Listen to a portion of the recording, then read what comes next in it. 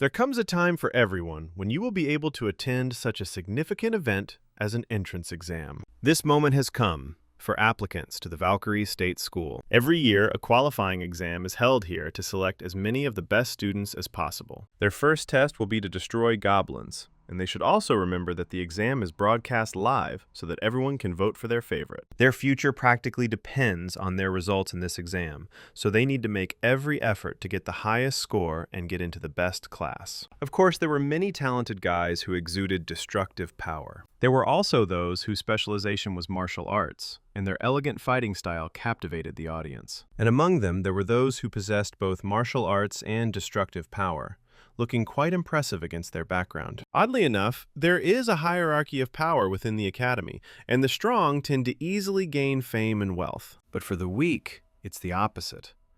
That's what happened to our protagonist, young Asahi Hinata. He was so weak and clumsy that he couldn't even fight off low-ranking goblins. Weaklings like him were of little value, but he was different from them. He was distinguished by an astonishing weakness.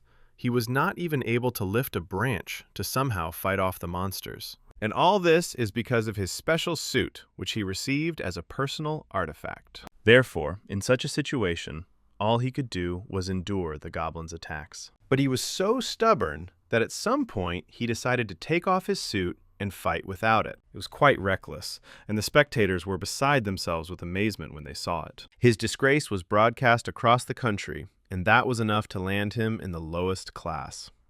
From that day on, his terrible school life began. All of this might not have happened if at one moment unknown monsters had not entered the world. In just a couple of years, they managed to wreak havoc across the entire planet, and conventional weapons proved ineffective against them. Therefore, for many, the only way out was to come to terms with their fate. However, people received hope in the form of sacred artifacts. People learned to embody weapons from their own souls, with the help of which they were able to resist monsters. Hinata's father was a hero who used a shield, and the boy dreamed of becoming just like him. But one day, his whole life changed again when his father was fighting monsters.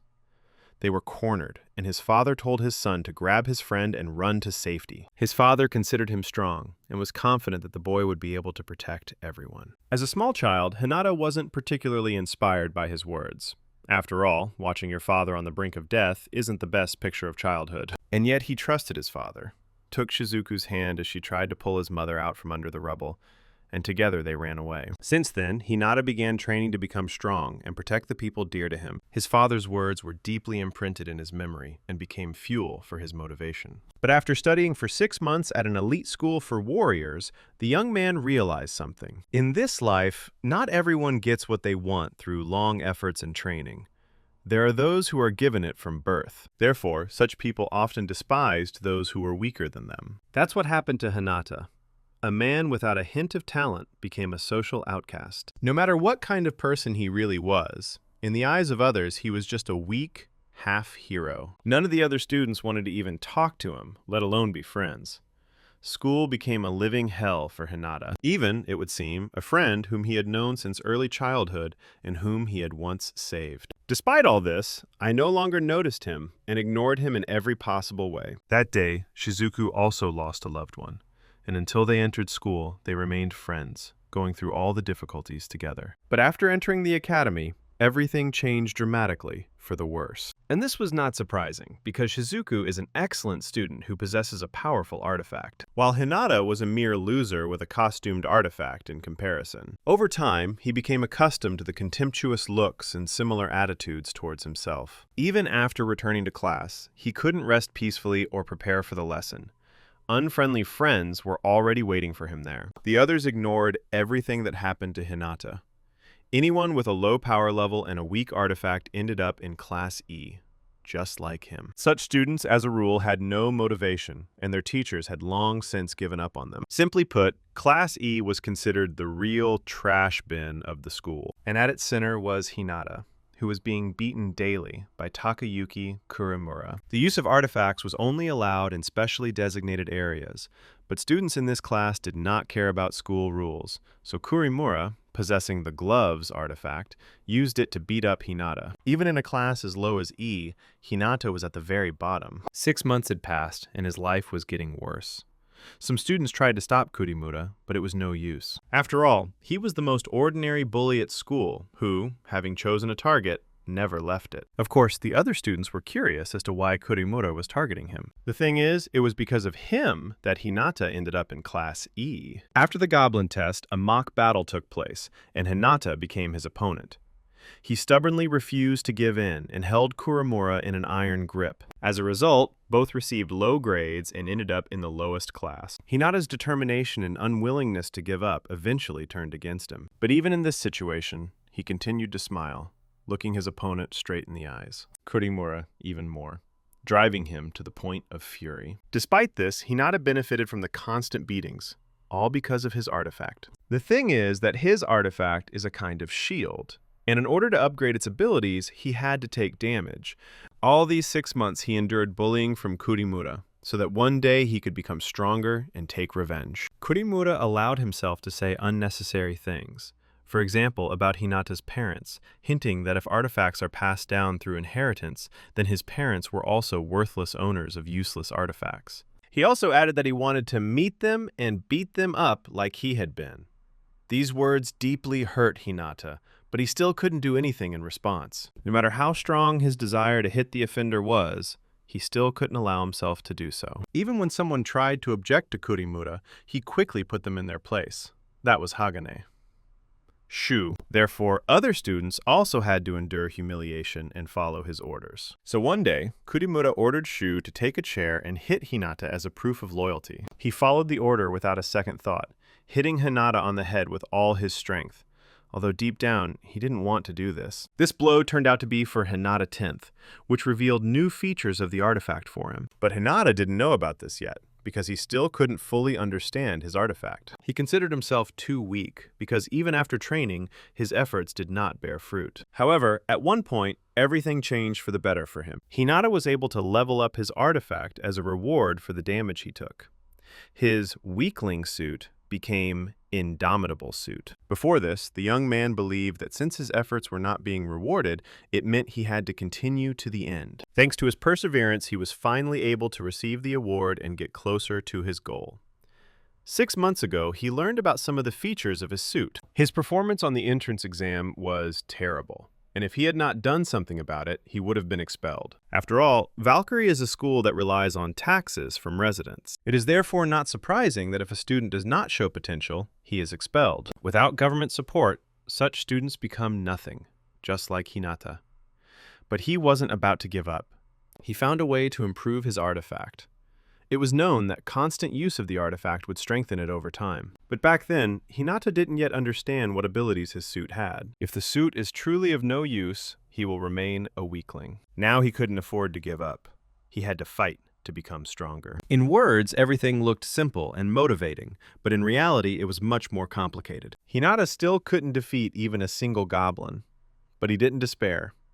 He remembered that people used to fight monsters with firearms, but now they had to do it barehanded. He considered taking off his suit and fighting with a stick, but then the artifact would be useless, and he needed to deal damage while still wearing the suit. Then he remembered that if he touched an object he couldn't use, he was hit by a powerful energy pulse, from which his suit protected him. Hinata decided to turn this weakness into his advantage, and he succeeded.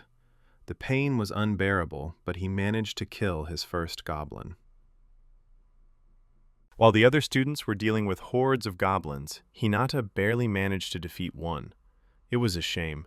Nevertheless, he succeeded, and the monster dropped his first magic crystal. The young man even thought he'd drop dead right there, so he didn't want to use that technique again. But after so much effort, he got the crystal, and as soon as he picked it up, it disappeared. Instead, a system window appeared with a message that he had successfully absorbed the magic stone. The system was updated, and a new task appeared: to receive 10,000 damage. 6 months have passed since then, and now the moment has come when Hinata was able to improve his suit. But he didn't understand how to do it. Looking through the system parameters, he found that the suit could be controlled by voice, and the keyword for upgrading was upgrade. Hinata said the long-awaited word, and his suit immediately began to change. Now, it was not the wimpy kid costume, but the indomitable costume, which differed from the previous one not only in appearance. Hinata was surprised, as he had never heard of an artifact that could change its appearance before. and he wanted to know what changes had occurred in its abilities. A window with characteristics appeared on the screen, but the strength indicators, 14, and endurance, 18, did not make him too happy. But the new suit gave him incredible strength and protection. However, he wanted to try out the new suit, and where else to do it if not in a portal with monsters? His opponents were still the same goblins, but now Hinata was confident that he could defeat them. Shizuku was there too. While killing one goblin was already an achievement for Hinata, for her, they weren't even suitable for a warm-up. However, she was very surprised to see Hinata, who also came to train. Next to her was her friend and classmate Sachi, Shirahane. She asked what Shizuku saw there. The girl replied that it was nothing, just an empty space, so there was no need to worry. And yet, Sachi noticed Hinata, noting that this was the same guy who had caused the exam broadcast to be interrupted. But Shizuku didn't appreciate her humor, saying that if she enjoyed making fun of people so much, she should quit school and become a clown. Sachi asked why she was so angry, but Shizuku replied that she wasn't angry at all. She was just irritated. Hinata's stubbornness irritated her.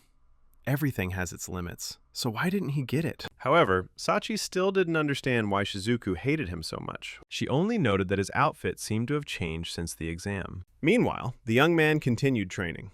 This time, he managed to hold off the goblin's attack. The suit's defenses had truly increased, and although he took damage, it didn't stop him from trying to counterattack. But in reality, everything turned out differently.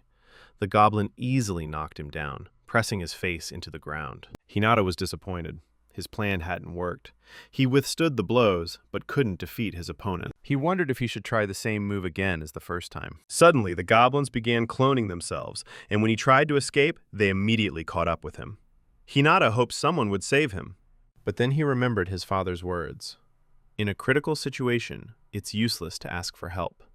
You need to rely only on yourself. He needs to be strong, to become a hero who can save others in difficult times. Hinata wanted to become. But if he dies now at the hands of low-ranking monsters, his dream will end. So, despite his fear and doubts, he decided to use the painful technique again. Thanks to this, he managed to buy some time to run away and come up with a new plan. The only problem was that he couldn't use this technique again. But it looked like he wouldn't need to this time. A message appeared in the system window. The suit responded to his will and opened a new skill. Revenge. Activated by a keyword. Hinata didn't have time to think.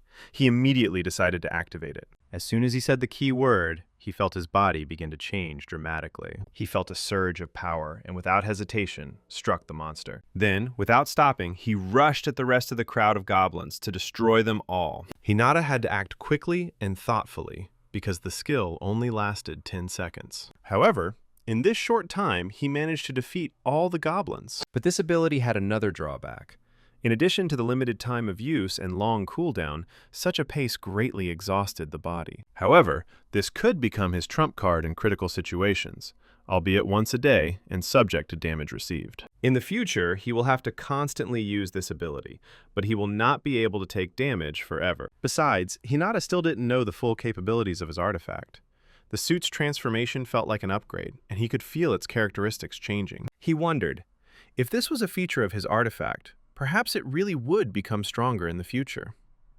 Meanwhile, another goblin dropped a magic crystal. By absorbing it, he unlocked a new feature of the suit, a list of upgrades that allowed him to become even stronger. After a short rest, Hinata returned to training, continuing to attack the goblins. Now he no longer had to use painful tactics to defeat them. Thanks to the new upgrades and abilities of the suit, he became stronger. He finally managed to defeat the hobgoblin and get the crystal from him. Now Hinata could use the hobgoblin's club without fear of the energy pulse. As a reward for his victory, he received permission to equip a weapon, unlocked the skills Impact Resistance and Clothing Adaptation, and also upgraded his main stats. Hinata noticed that his artifact had improved significantly after so many upgrades.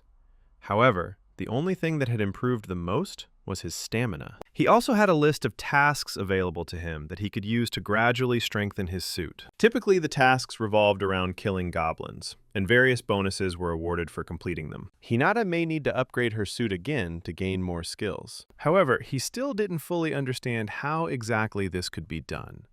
Perhaps some kind of trigger was needed. After all, when he learned the Vengeance skill, he was given a list of upgrades, even though it wasn't available. Perhaps this is how he represents his suit's upgrade. Maybe it happened when Hinata first absorbed the magic crystal, but it was written differently back then.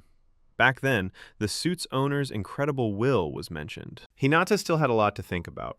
But the next day, he went to the hospital to visit his sister and mother. Hinata's younger sister Hikari was also injured during the monster attack and underwent rehabilitation. According to Hikari, she is already doing much better and will soon be discharged from the hospital. From the outside, it really seemed like everything was fine with her, and this made Hinata happy. However, the same could not be said about their mother, who suffered the most. She had been unconscious for over 10 years due to crystal disease. The disease is caused by the poison of a certain monster, and the saddest thing is that there is still no antidote.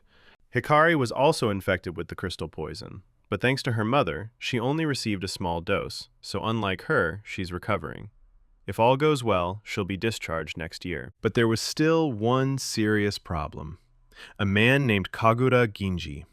He led the Phoenix Guild, which fought monsters. Hikari didn't know who he really was, so she treated him with kindness. At first glance, you couldn't tell that he was a villain or anything like that. Not only did he always smile, but he also brought various gifts for young Hikari. However, Hinata knew very well what kind of person this person really was, but he didn't want to tell Hikari about it. Ginji asked him to step outside for a minute to discuss their previous conversation. He began to talk about how supporting his younger sister, who would not recover soon, and caring for his sick mother was a heavy burden that required a lot of money. Hinata's father was once also a member of his guild, but Ginji was only pretending to be kind. In reality, he was a true scoundrel. The fact is, crystals obtained from patients with serious illnesses possess the same properties as magical crystals. Magic crystals are sources of new energy, and they can be extracted from the human body. Therefore, patients with crystal disease are sold at high prices under the guise of research. Ginji had wanted to take his mother's body, ostensibly to treat her illness, but in reality, that wasn't the case. So Hinata refused. However, even after this, Ginji did not back down and continued to talk about money, reminding that there was almost nothing left of his father's savings, and the hospital bills still needed to be paid. Hinata himself understood this perfectly well, without any reminders. Ginji noted that Hinata's artifact was of the lowest rank, and it was unlikely that he would be able to earn enough with it to provide for the entire family. Despite this, Hinata did not back down from his decision and firmly stated that he would protect his family no matter what, because that was his father's last wish, and he would do everything to ensure that his father was not disappointed in him. Hinata asked him not to tell Hikari about their conversation, and Ginji didn't object. He didn't want her to hate him too. Ginji admitted defeat and left, but at the end, he told Hinata that if he changed his mind, he could always turn to him. Returning to the room, Hikari curiously asked what they had talked about, but Hinata only replied that it was a secret. He understood that in order to protect his family and fulfill his promise, he needed to join the guild and earn a lot of money. Hinata needed to become stronger, much stronger. And as always, the school's monster portal, which would soon open again, would help him with this. He didn't have to waste a minute. But on his way to school, he heard strange screams. They came from around the corner and seemed to belong to his classmate, but Hinata decided to ignore it. It really was a girl from his school.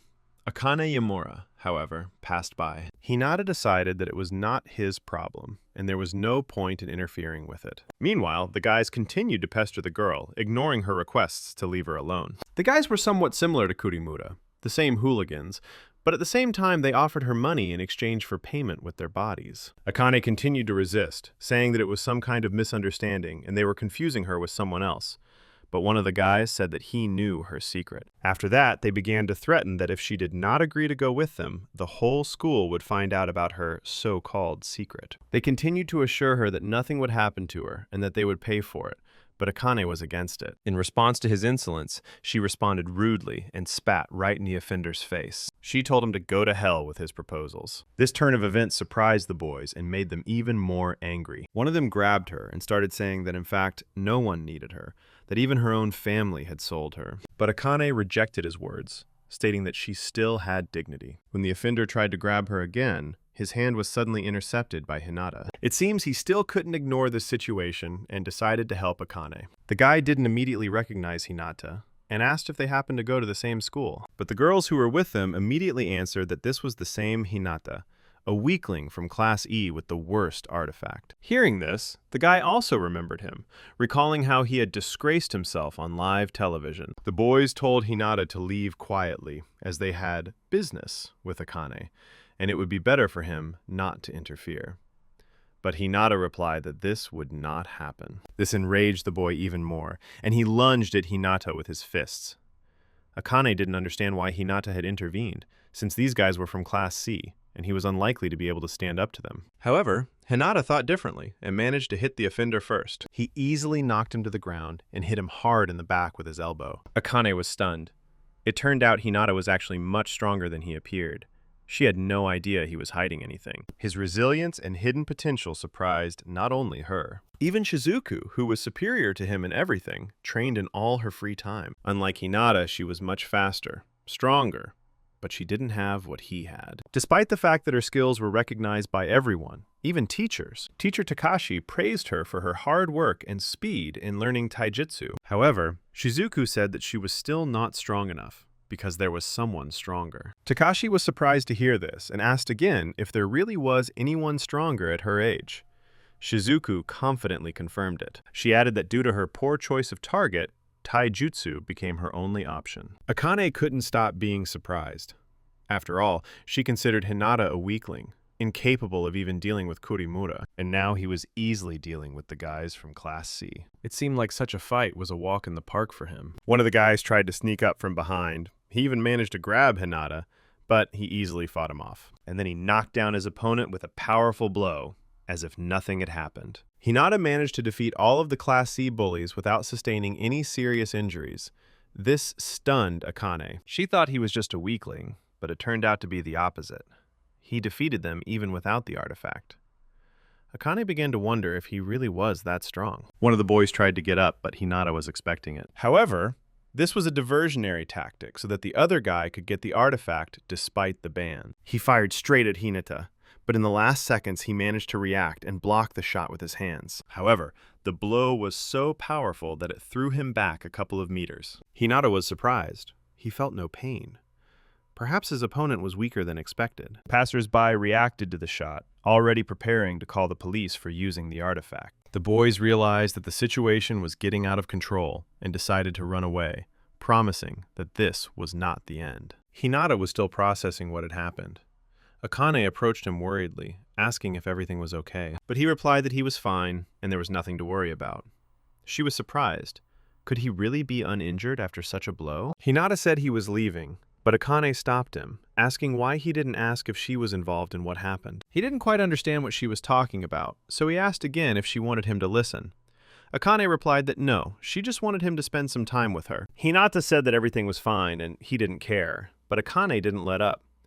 Then why did he save her if she didn't support him before? The young man didn't know what to answer, so he nodded at the bouquet in her hands, saying that she should hurry. She was probably in a hurry to see someone. Akane even more. Before, when he was beaten, he didn't even try to resist. She thought he was pathetic, but it seemed she was very wrong. Akane was even glad that she was wrong. After all, he actually turned out to be a good person. Back at school, Hinata continued to think about what had happened and think about how to become stronger. Akane suddenly approached him to say hello. He was surprised that she decided to talk to him. Akane admitted that she forgot to thank him for his help yesterday and wanted to do it now. Hinata replied that everything was fine. Meanwhile, Akane's friends started asking what had happened. Hinata hoped to walk to class peacefully, but it wasn't to be. Suddenly, someone shot him in the head with the same artifact as yesterday. Oddly enough, it turned out to be the same guys. Hinata thought they were coming for Akane again. Akane's friend, Kaoru Minamura, was surprised and asked her why the boys were so angry at Hinata. Akane thought they were coming for her again, but the boys said they didn't need her anymore.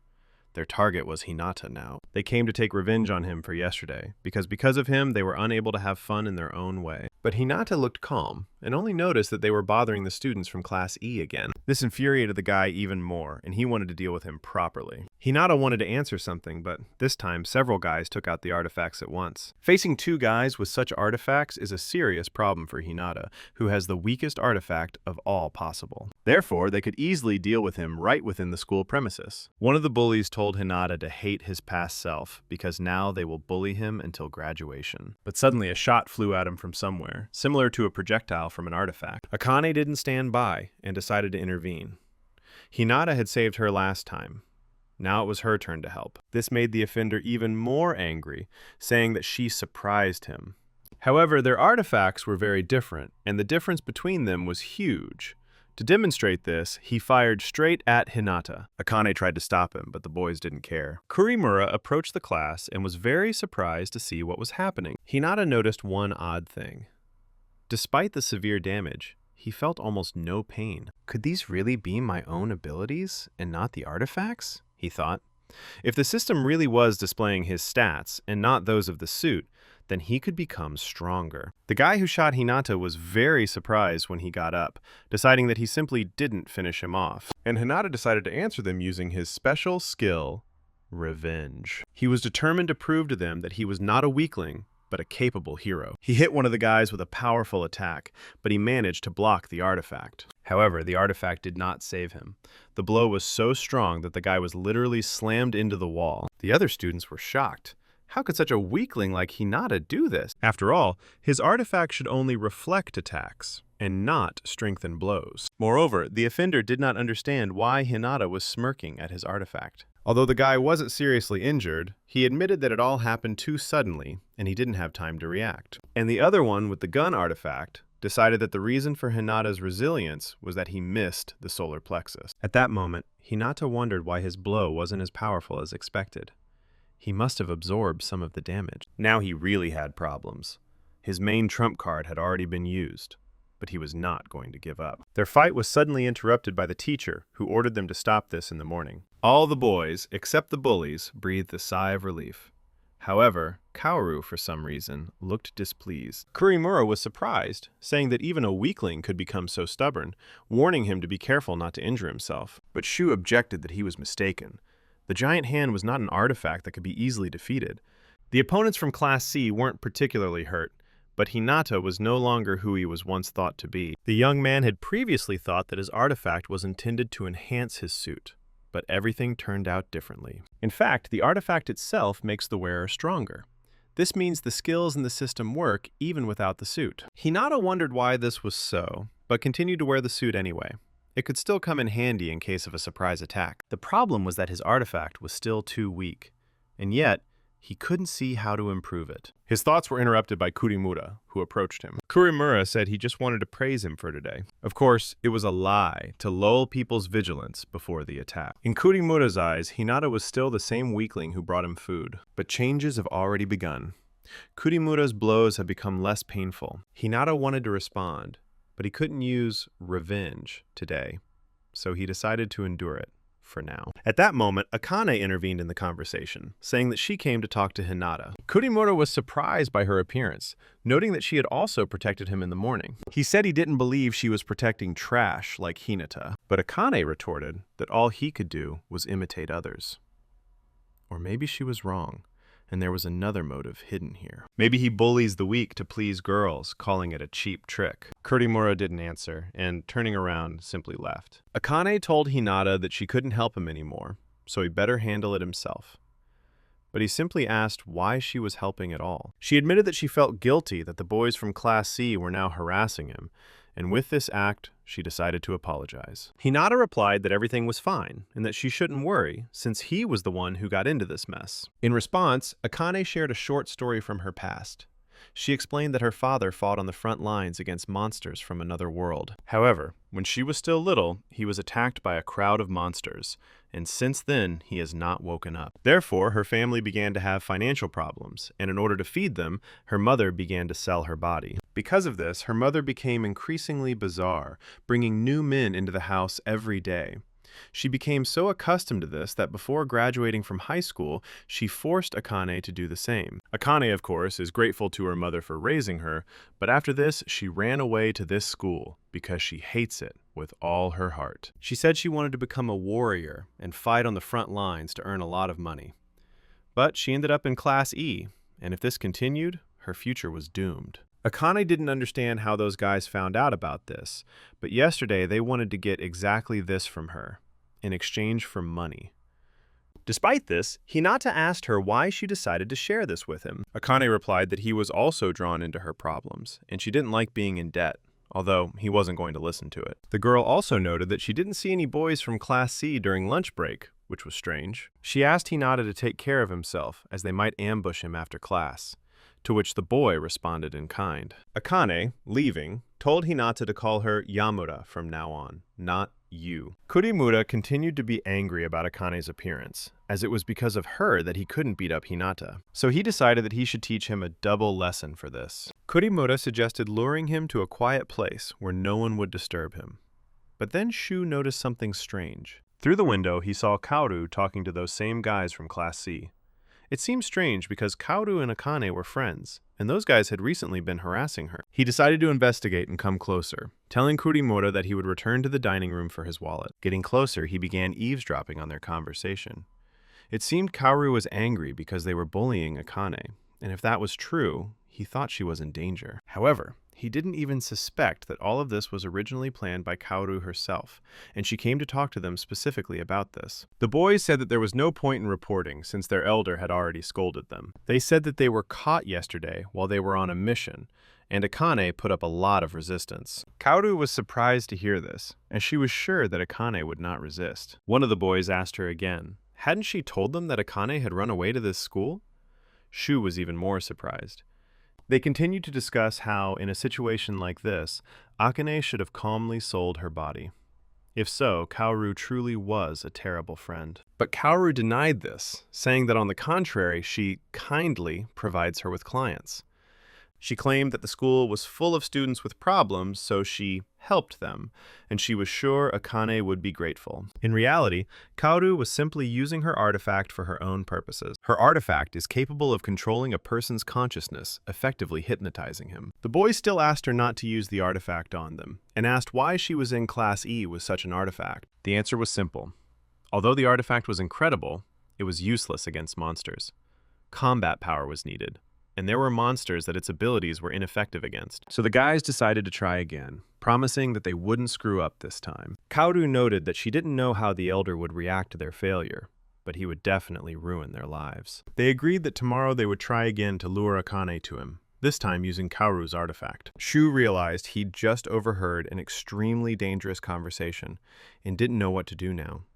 He was certain he wouldn't be able to stop the Class C boys, and if they had a senior with them, Kurimura, naturally, won't help either, because he himself won't be able to defeat them, and he's unlikely to agree. Hinata for help, and maybe he can help Akane. Akane's father was a true hero, and she always believed in it and was proud of him. Despite the fact that she often told him this, her father constantly denied her words. He said that a hero is someone who fights without sparing himself, and he is different. He said that if you can at least protect yourself, that's already good. After all, a person who firmly adheres to his position is strong, and he advised Akane to remember this. But one day, these warm days with my father ended when he was attacked by monsters. He was in critical condition, doctors saved his life, but the disease turned out to be serious. Akane continued to believe that one day everything would change, and her father would wake up. But her mother didn't live by that belief. From that day on, she changed completely. Akane asked her not to smoke in her father's room, but she didn't care. The mother hated him for what happened, accusing him of doing it on purpose, even though he had promised to protect them. Akane begged her to stop saying that, but all she heard in response was that she was wrong, because the hospital bills were too expensive. Her mother also said that after finishing high school, Akane would have to earn the same amount of money she did. Akane didn't want that, but there was one way to cure my father. In another world, there lives a basilisk, and its liver has healing properties. It is said to be able to cure any disease. Unfortunately, basilisks are very rare, but Akane believed that one day she could get her hands on one. It was then that she decided that she would enroll in the Valkyrie school to become a warrior, like her father. But at school, everything turned out to be completely different from what she imagined. After enrolling there and ending up in Class E, Akane almost gave up on her goal, thinking it was all over for her. She was afraid to fight, fearing she might get hurt. However, with the appearance of Hinata in her life, everything changed. He became a role model for her. At the exit from the classroom, Akane was already waiting for Kaoru, and she couldn't even imagine what her friend was up to. Kaoru used her artifact to hypnotize Akane and take her to the elder. Meanwhile, Shu continued to follow Hinata to tell him what happened, but was afraid to do so. He was surprised when Hinata noticed him and asked what he wanted. Hinata said that he usually goes with Kurimura, and asked why he was following him now. Shu wanted to tell him about Kaoru and Akane, but he couldn't get the words out. He'd always bullied him, so he was too embarrassed to ask for help. Hinata decided not to wait for an answer, and said he was leaving since he didn't need anything. Even after that, Shu still didn't dare say anything. Meanwhile, Kaoru was already leading Akane straight to the elder, and Akane's gaze was detached. Shu tried to convince himself until the very end that it didn't concern him, but he still gave in and ran after them. At this time, the elder was impatiently waiting for Kaoru and asking the other guys if everything was okay. They assured him that this time, everything would go smoothly, not like last time. After all, now Kaoru herself will bring Akane, so there is no reason to worry. The elder decided to believe them because he needed Akane to earn some money. And at that moment, Kaoru arrived, and with her, Akane, who considered her closest friend. The elder was glad that she finally came, and Kaoru apologized for the slight delay. He asked if she was allowed to use her artifact, to which she replied that no, but there was no other way. This was the best way to bring her here. Akane was indeed cute, which was noticed by one of the girls who was next to the elder. She noted that the older one had wanted her to become his girlfriend, but he replied that he no longer did since she was still a child. However, he still decided to use her for his dirty money. Akane was under Kaoru's hypnosis, so she couldn't resist and responded only as her friend ordered. That's why she said she agreed, because she needed money for her father's treatment. The elder praised Kaoru's artifact highly, calling it amazing. But there was one caveat. He noticed that someone else had come with them, a rat, and it seemed that Kaoru had brought a tail with her. Shu began to panic, not understanding why he had even come here. He couldn't handle them alone. He decided to try to escape. But as soon as he emerged from hiding, Kaoru immediately used the artifact and hypnotized him. Shu was weak, so he couldn't resist and submitted to her artifact. The older one asked who the guy was and if he would cause any trouble. Kaoru replied that it was fine. He was her classmate, Hagane, so there wouldn't be any problems. With Shu under control, Kaoru ordered him to undress Akane. One of the guys, part of the same trio that attacked her earlier, said that he would film it. Shu, being under control, could not do anything and did not understand why he always behaved like this. Why is he so two-faced? Despite having a sense of justice, he still ends up on the bad side. It irritated him, but he thought he couldn't do anything about it. He knew the reason. It was easier this way. Not to resist, and then to apologize and say that there was no choice. But Hinata, he's not like that. He's different. And at that moment, Hinata himself appeared. With a powerful blow, he brought Shu back to his senses and was able to save Akane. Kaoru thought she could subdue Hinata just like Akane and Shu. But for some reason, her artifact didn't work on Hinata, no matter how hard she tried. The older one asked her who it was, and Kaoru replied that it was another one of her classmates. And although at first glance he seemed like an ordinary weakling, this was not at all the case. Kaoru tried to use the artifact against him, but it had no effect on Hinata, and he asked her why she was doing all this, since she and Akane were friends. Besides, she most likely knew about her family problems and how she ended up at the academy. But Kaoru replied that it was precisely for this reason that she helped her by providing her with the so-called job. Shu, who had been affected by her artifact, shouted at Hinata to be wary of her, as she was not at all who she claimed to be. The girl did not give up, thinking that the longer she used the artifact, the faster she would be able to subdue the guy. At this time, Shu asked Hinata why he came here, because he hadn't told him anything. Hinata replied that he had guessed this from his behavior, and that he understood that Shu was following someone else's order, although he himself did not want to. And his words touched Shu, who felt even more ashamed of his behavior. The same guys who had attacked Hinata earlier were also present with them, and they were sure that today he would not be able to escape like before. One of the guys, who had a gun-shaped artifact, suddenly shot straight at Hinata, but such a cheap trick could no longer fool him as before. The boy was surprised when Hinata was able to repel the attack, thinking that he was just lucky. But the older man objected that it was impossible to do such a thing by accident. He asked Kaoru what artifact Hinata had, to which she replied that it had no abilities. The elder didn't think so, because there are no artifacts without abilities, and he was sure that Hinata was hiding something. Despite all this, Kaoru continued to try to use the artifact against him. She was sure that it had to work, because even the strongest people could not resist it. Hinata was assisted by his own artifact, which granted him resistance to mental attacks, which is why the girl's artifact had no effect on him. Suddenly, another guy with a giant hand attacked him, but Hinata managed to dodge at the last moment. Hinata was angry and didn't understand why they were doing all this, what the point was. After all, artifacts cannot be used to harm others. Their power should protect people from monsters. But his loud speech only made the boys laugh, because they thought completely differently. At the same time, this angered the elder, and he asked Hinata if he really didn't understand the rules of this world at all. In his opinion, only a few people can get government approval and join guilds, while the rest are not even able to feed themselves. And having to work hard for these artifacts is a waste of time for him, because it won't bring him closer to wealth. But Hinata did not share his opinion, and did not want to live for the sake of enrichment. He asked if it was really necessary to hunt people who were honestly trying their best for money, and the elder confidently answered that yes, and he was not interested in anyone else. And it was strange to him why something like this had not yet dawned on Hinata. After all, if he looks around, he will see that everyone around him is looking for benefits for themselves.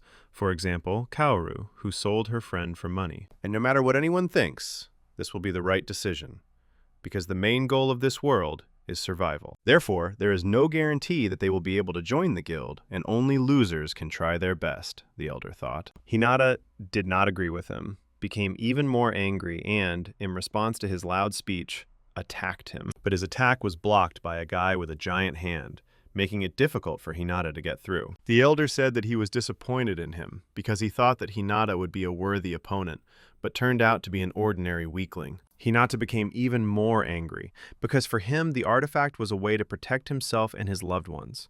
But for them, it was just fun and an opportunity to mock the weak. So he decided not to give up, and prove with his persistence that they were wrong. The elder was like Genji, ready to torture as many weak people as he could for his own pleasure.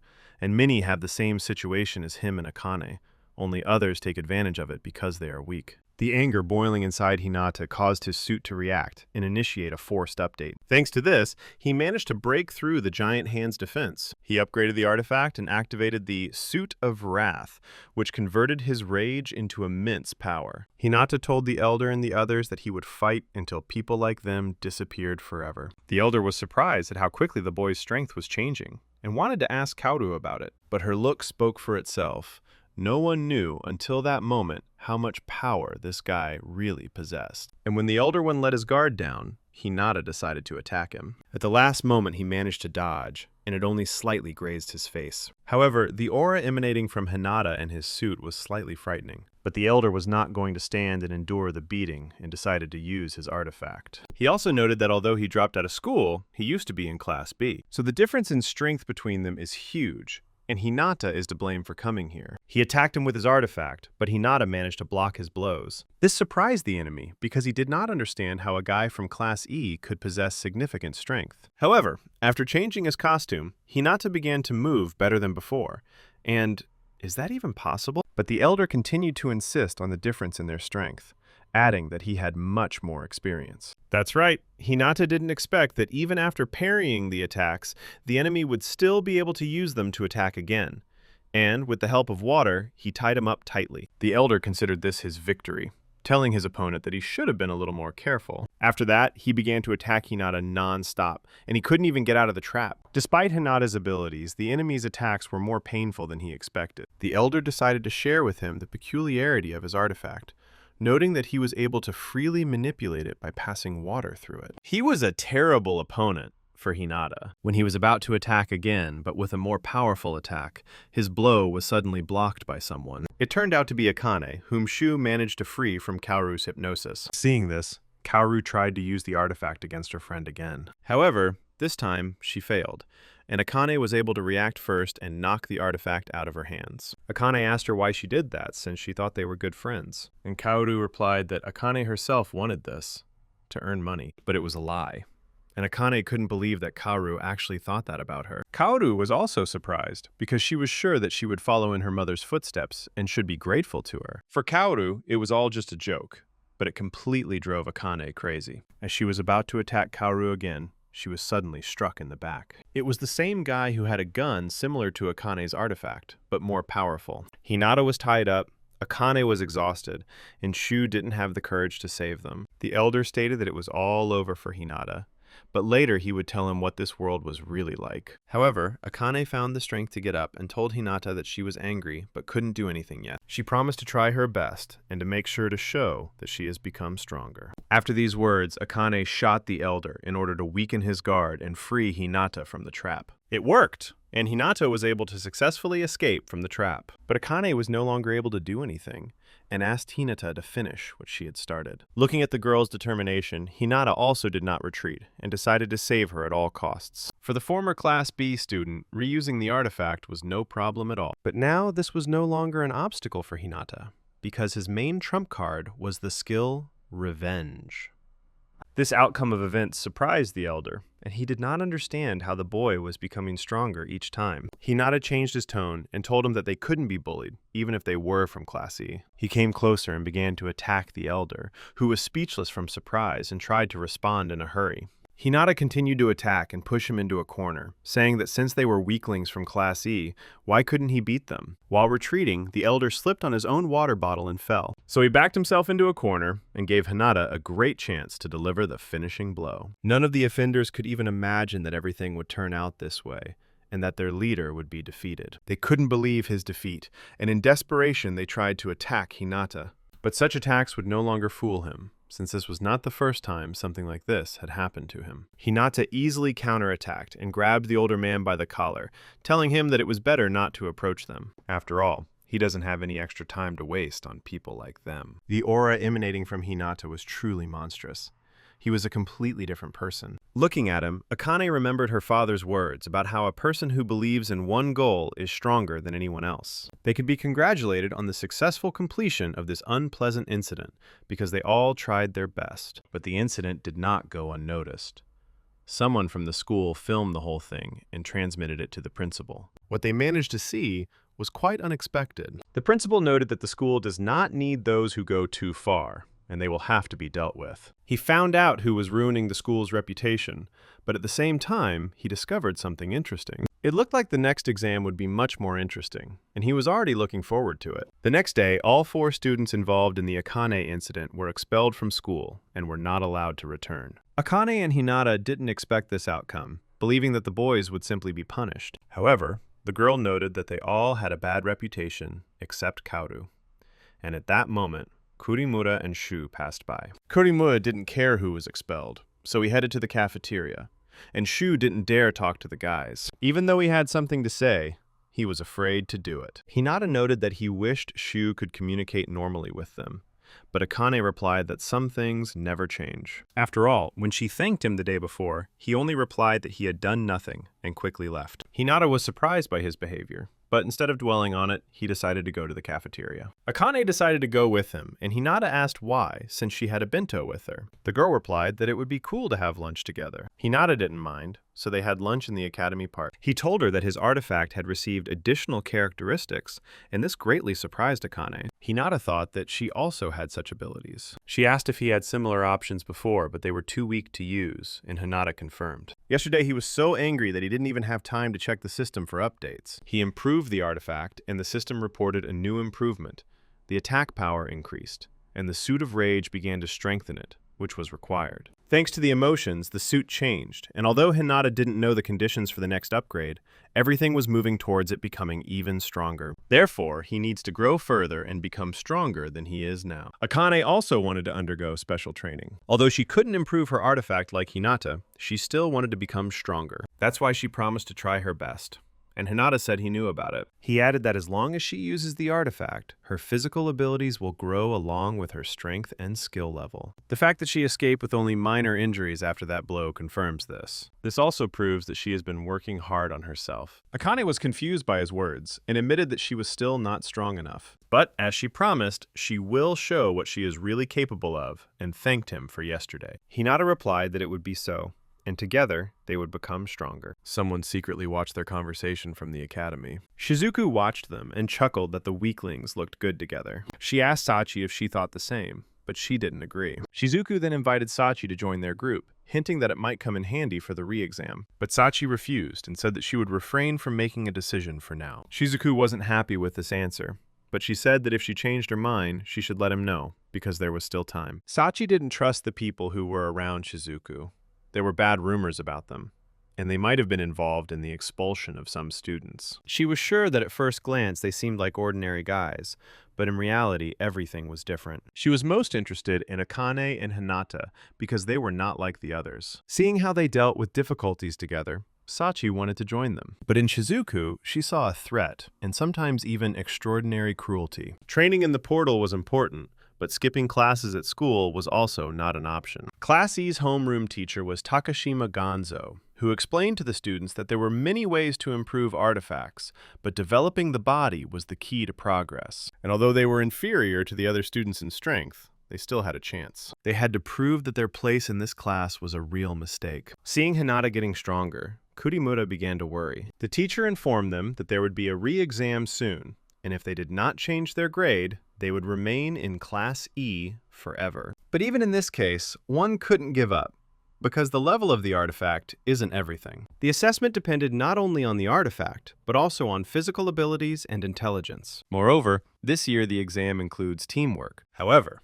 upon hearing this, the other students were not particularly happy, and Shu asked how the distribution would proceed. The teacher replied that a team could consist of 2 to 5 people, and that they could choose them independently, regardless of class. Then Kurimura asked if this was a joke, because who would want to take a student from Class E into the team? Teacher Gonzo noted that this was a test in which they would be able to meet new people, since the school's mission was to send excellent warriors to the guild for the country, and it should not be forgotten that in the guild they would have to cooperate with others. He added that although Class E was the lowest, they still needed to try to get out of it. But Kurimura thought it was impossible. None other than Hinata for this. Because if he had given up on the exam back then, everything would have been different. After class, Akane asked Hinata what they were going to do, but he didn't really understand what she meant. Akane explained that they needed to find members for the group during the exam. Kurimura intervened in their conversation, stating that it was unlikely that anyone would want to team up with a weakling like Hinata. Akane asked him what he wanted anyway, since he came here, but he replied that he wanted nothing. In response, he grabbed Hinata and said that since he was feeling better, he should run and buy him food. Hinata was about to answer, but then Akane intervened and told Kurimura to go get food himself. Her words made Kurimura angry, and he asked her what she meant. He noted that they often spent time together, and asked if she was planning to team up with him after Kaoru was expelled. Akane replied that Hinata was much better than him, and Kurimura wasn't suited for teamwork. He asked her what she was talking about, but Akane pointed at Shu and asked if he thought the same thing. Kurimura grabbed Shu and began to interrogate him, asking if he really agreed with Akane. But Shu replied that this was not so. He had no reason to think so, and besides, he would like to unite with him. Watching this, Hinata and Akane wanted to intervene, but they realized it was useless. After this, Kurimura began to have doubts about Shu. Akane suggested discussing how to retake the exam, but without them, since they didn't have time to think about others. Along the way, Akane talked about Shu, and how it was useless to interfere with their affairs with Kurimura to save him. However, she hopes that he will change his position someday, and Hinata asked if it would be okay if she teamed up with him. She replied that it was her own decision, so there was no need to worry, because Hinata was strong and should be confident in himself. Many still considered him the weakest student, so he had to prove otherwise in this exam. Sachi happened to be passing by and became interested in what they were chatting about. She noted that the atmosphere around Hinata had changed from what she had seen before. It looks like he will really be able to prove himself and surprise everyone. Meanwhile, Kurimura became furious after Akane's words. He asked Shu if there had been any serious injuries or deaths during the re-exams. Shu replied that yes, unfortunately, this had happened before. This year, the retest will be conducted in a D-class area, taking into account real combat operations, so accidents with serious consequences are possible. Kurimura decided to create all the conditions for one of these random incidents. Meanwhile, the upcoming re-exam was hotly debated online. Most people bet on Shizuku and Sachi to win, as they were considered the favorites. And Hinata was an underdog in the eyes of others, and no one believed in his victory. But this did not demotivate him at all, and he continued to train in order to perform better than in the previous exam. Previously, a sudden attack from the monster from behind would have caught him off guard, and he could have died. Now he could easily repel such attacks, and easily counterattack his opponents. Since the first exam, Hinata has significantly improved, not only in strength, but also in other characteristics. However, there was something that was bothering him, because he still did not understand all the features of his suit. The Wrath suit was much stronger than before, but it drained his strength faster, and Hinata could feel his energy draining away. In addition, when the strength was depleted, the suit imposed penalties and consumed health every second. Therefore, he needed to become even stronger in order to use the new suit without restrictions,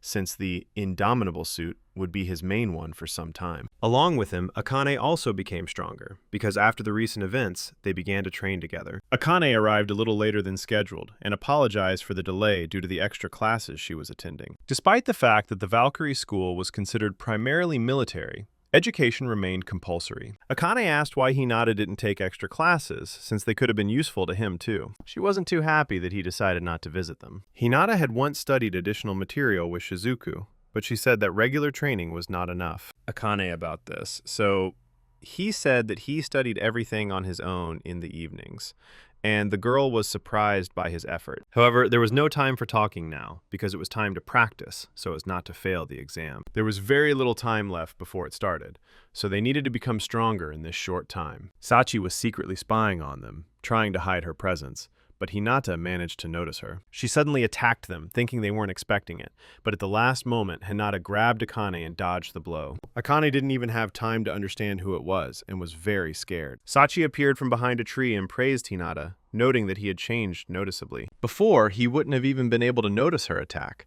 but now, he was able to dodge it. Hinata saw her for the first time, so he asked who she was, which greatly surprised Sachi. Akane replied that she knew her. The girl's name is Sachi Shirahane, a student in Class A, is rumored to be as strong as Shizuku. Sachi thought that Hinata would recognize her, so when he asked who she was, she became a little sad. Akane's words.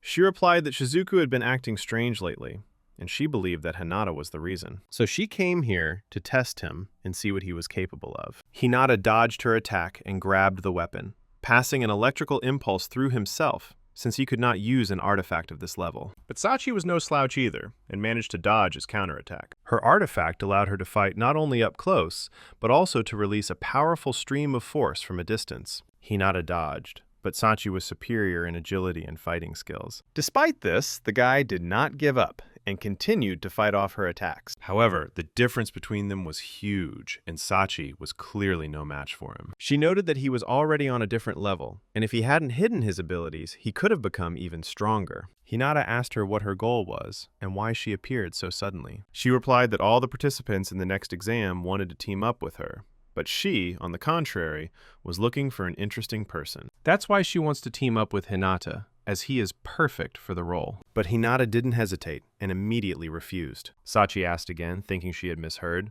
but his answer did not change. The girl got angry and didn't understand why he refused, and Hinata asked if she really thought it was possible to unite after a surprise attack. Moreover, he is sure that she should not seek recognition only by force, because this way she will easily get into the best class. But then they will hate him even more, and no one will believe that he achieved everything himself. He was of course grateful to her, but was forced to refuse. After all, his goal is to join the guild, and to do this, he needs to earn recognition through his own efforts. Sachi didn't try to convince him otherwise, and, as she was leaving, said that he was interesting, and she was looking forward to him moving up a class. Akane, on the other hand, didn't understand why Hinata missed such an opportunity. Hinata reminded that he had already said everything, and added that Sachi didn't even look at Akane. She was only concerned with her own interests. Akane seemed to be starting to understand him, and Hinata added that teamwork shouldn't be expected from Sachi. And to get a good grade, the entire group needs to make an effort. Otherwise, it will have less chance of getting a high rating. Hinata's words made her happy, and she was happy that she had such a friend. Hinata continued to think about what had happened, because Sachi was one of the strongest in Class A, and he was inferior to her in all respects. She was still holding back. But even in his anger suit, he didn't have the slightest chance. He felt excited and decided to check out the new upgrades to the suit, as he couldn't catch up in his current situation. But the list of improvements became longer. In addition, he discovered a new award, the Audience, the meaning of which he did not yet understand. Meanwhile, the task force for combating monsters from another world discussed the situation. They regularly gathered in guilds to consider important decisions. The Minister of Defense was Ganling Ping, who asked about the progress of the investigation into the appearance of the new portal. The head of the Phoenix Guild, Kagura Ginji, was present at the meeting. There was also a master of the Deldoris Guild, Sherry Truman, and the courageous master of the Victory Guild, Shio Mizui. All three were S-ranked. Ginji noted that they were desperately trying to close the portal, but to no avail. Shio said that if Ginji knew about this in advance, he should have reported it, which Sherry agreed with. Ginji replied that if he had deliberately hidden it, he would have already lost his job. Sherry said she didn't want to deal with people like him. Their argument was interrupted by the Minister of Defense, who asked if there had been any changes in the last 6 months. Haikon of the Gifted Guild reported that the intervals between portal appearances had begun to decrease. Guildmasters noted that they are coping for now, but they may soon face serious problems. Therefore, a great catastrophe may happen again, as it happened before. Kyoto also emphasized that the monsters had become much stronger than before, and when the next great disaster occurred, the damage would be colossal. Countermeasures need to be taken as soon as possible to avoid this. Ginji noted that this requires suitable candidates to join the guilds. Valkyrie High School principal Atsushi Tsushima responded that there were more capable students this year than they had expected. Besides, they were holding a re-exam soon. Ginji asked the principal if there were any students worth keeping an eye on, and Atsushi replied that there were. Among the first-year students, Sachi stands out Shiharane and Shizuku Minase. He also has high hopes for them. Shizuku is able to freely manipulate the life energy of her artifact, Lunanor. And Sachi owns the artifact Geborg, which is capable of generating explosive energy. The masters noted how powerful and rare their artifacts were, and Sherry didn't even hide the fact that she wanted Shizuku to join her guild. Ginji asked if there really was no one else but these two. The director replied that he would be able to see for himself during this exam. He also added that it would be great if the school had students who were good at defense. This position has been vacant for a long time, and they've been struggling to find a suitable candidate. Ginji noted that the school has a son whose father held this position for a long time. He could very well take over. The masters weren't quite sure who they were talking about, but Kureha added that it was Hinata, the same guy who had completely undressed during the exam. The principal replied that he was still in school, and Ginji found it hard to believe. He said he didn't understand him since he wielded an incompetent artifact, yet he continued to fight. In Ginji's opinion, that was too stupid. Atsushi, however, replied that wasn't entirely true, and that he would soon show what his artifact was capable of. The day of the re-exam has arrived.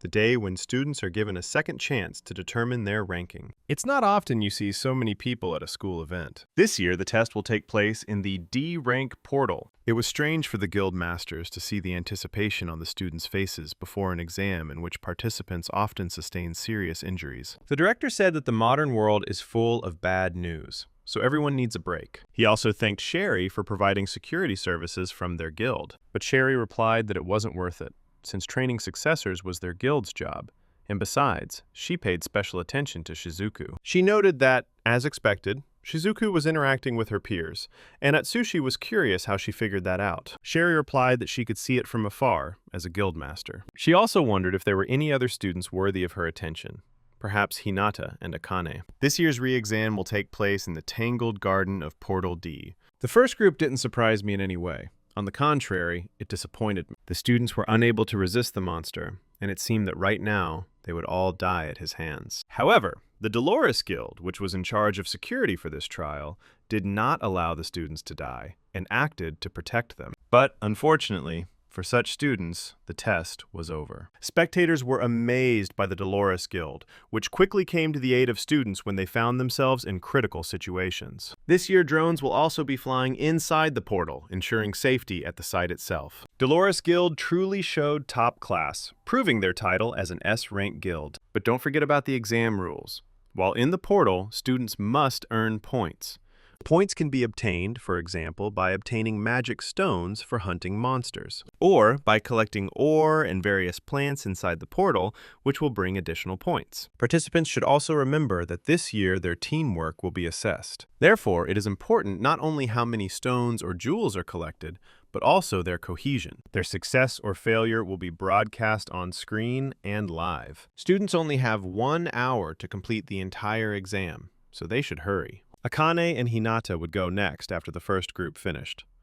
Akane noted that this all looked unpleasant. After all, they and Hinata take it seriously, while the others see it as a show. She asked if it irritated Hinata, because it seemed like they were simply being devalued. But Kurimura, who overheard their conversation, intervened in their dialogue and said that there was nothing wrong with it, since they were the center of attention. But Akane and Hinata didn't really understand what he was talking about. Kurimura replied that the broadcast of the re-exam is currently at the top of the viewing list. He asked Hinata if he would put on a performance like last time. Hinata wanted to answer him, but then Akane intervened, asking if that was really why he came here. To which Kurimura replied that he was just passing by. However, leaning on Hinata, he told him that this day was important for everyone, and nothing bad should happen. Shu seemed to want to say something, but he couldn't because of his own fear. And then an announcement was made that the exam for the second group would begin very soon, so the participants should gather near the portal. Kurimura wished them luck, but it was clearly not with good intentions. Shu tried to say something, but he got scared and decided to just run away. Akane didn't understand what had happened to him, because today he looked even stranger than before. However, they had no time to chat, because the exam for the second group would soon begin. The teacher reminded the students that they would be carrying a device they could use in an emergency to call for help. As soon as they give the signal, the Deldoris Guild will immediately rush to their aid. And now that everyone has been informed of the rules, it's time to begin the re-exam. The second group was of particular interest to both the teachers and the spectators, as it included Sachi, who possessed a powerful artifact. But besides her, there were also other, no less interesting participants. Most viewers also did not forget Hinata,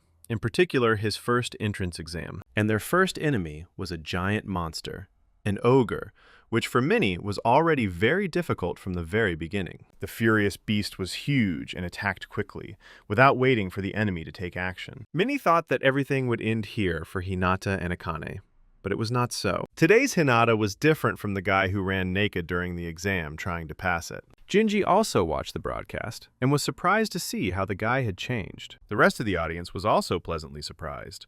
Guildmaster Sherry noted that this was the first time she had seen a sacred relic that could change shape. After all, before everyone considered him a useless nobody.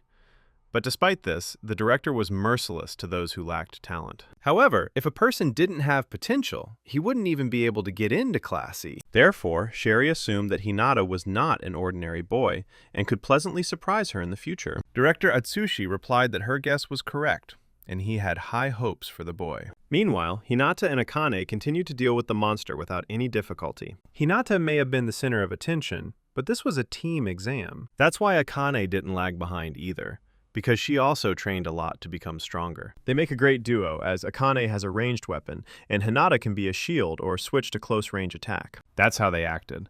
While Akane distracted the monster, Hinata waited for the right moment to deliver the decisive blow. Their unity was at an incredible level, and yet, just recently, they seemed like candidates for relegation even from Class E.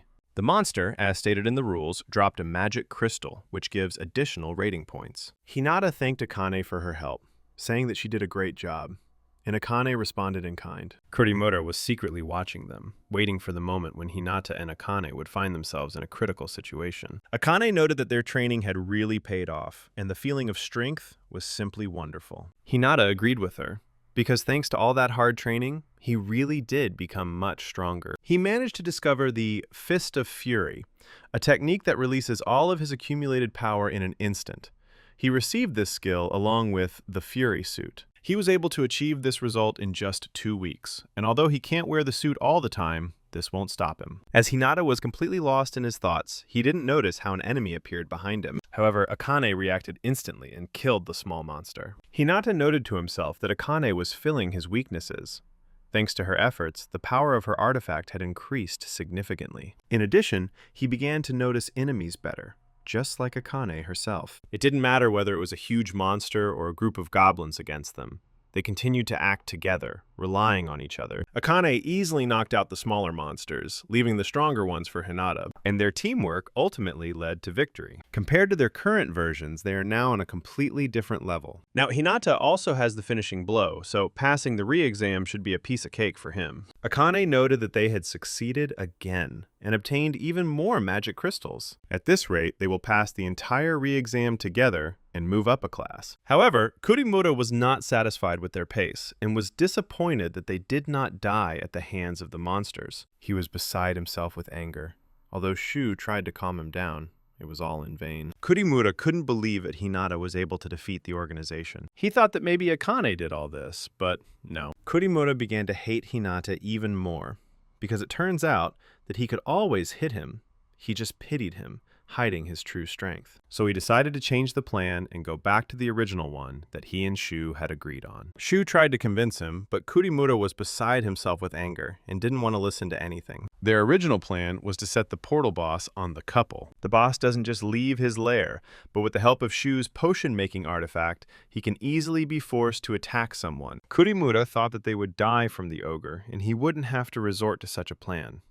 But everything changed. Shu always admired heroes, and after the war started, everyone admired them. He believed that one day he would become a hero like him, saving people from monsters. But his dream did not come true. Shu possessed the stem cell artifact, after which he stopped believing that he would ever become a hero. The artifact's ability is simple.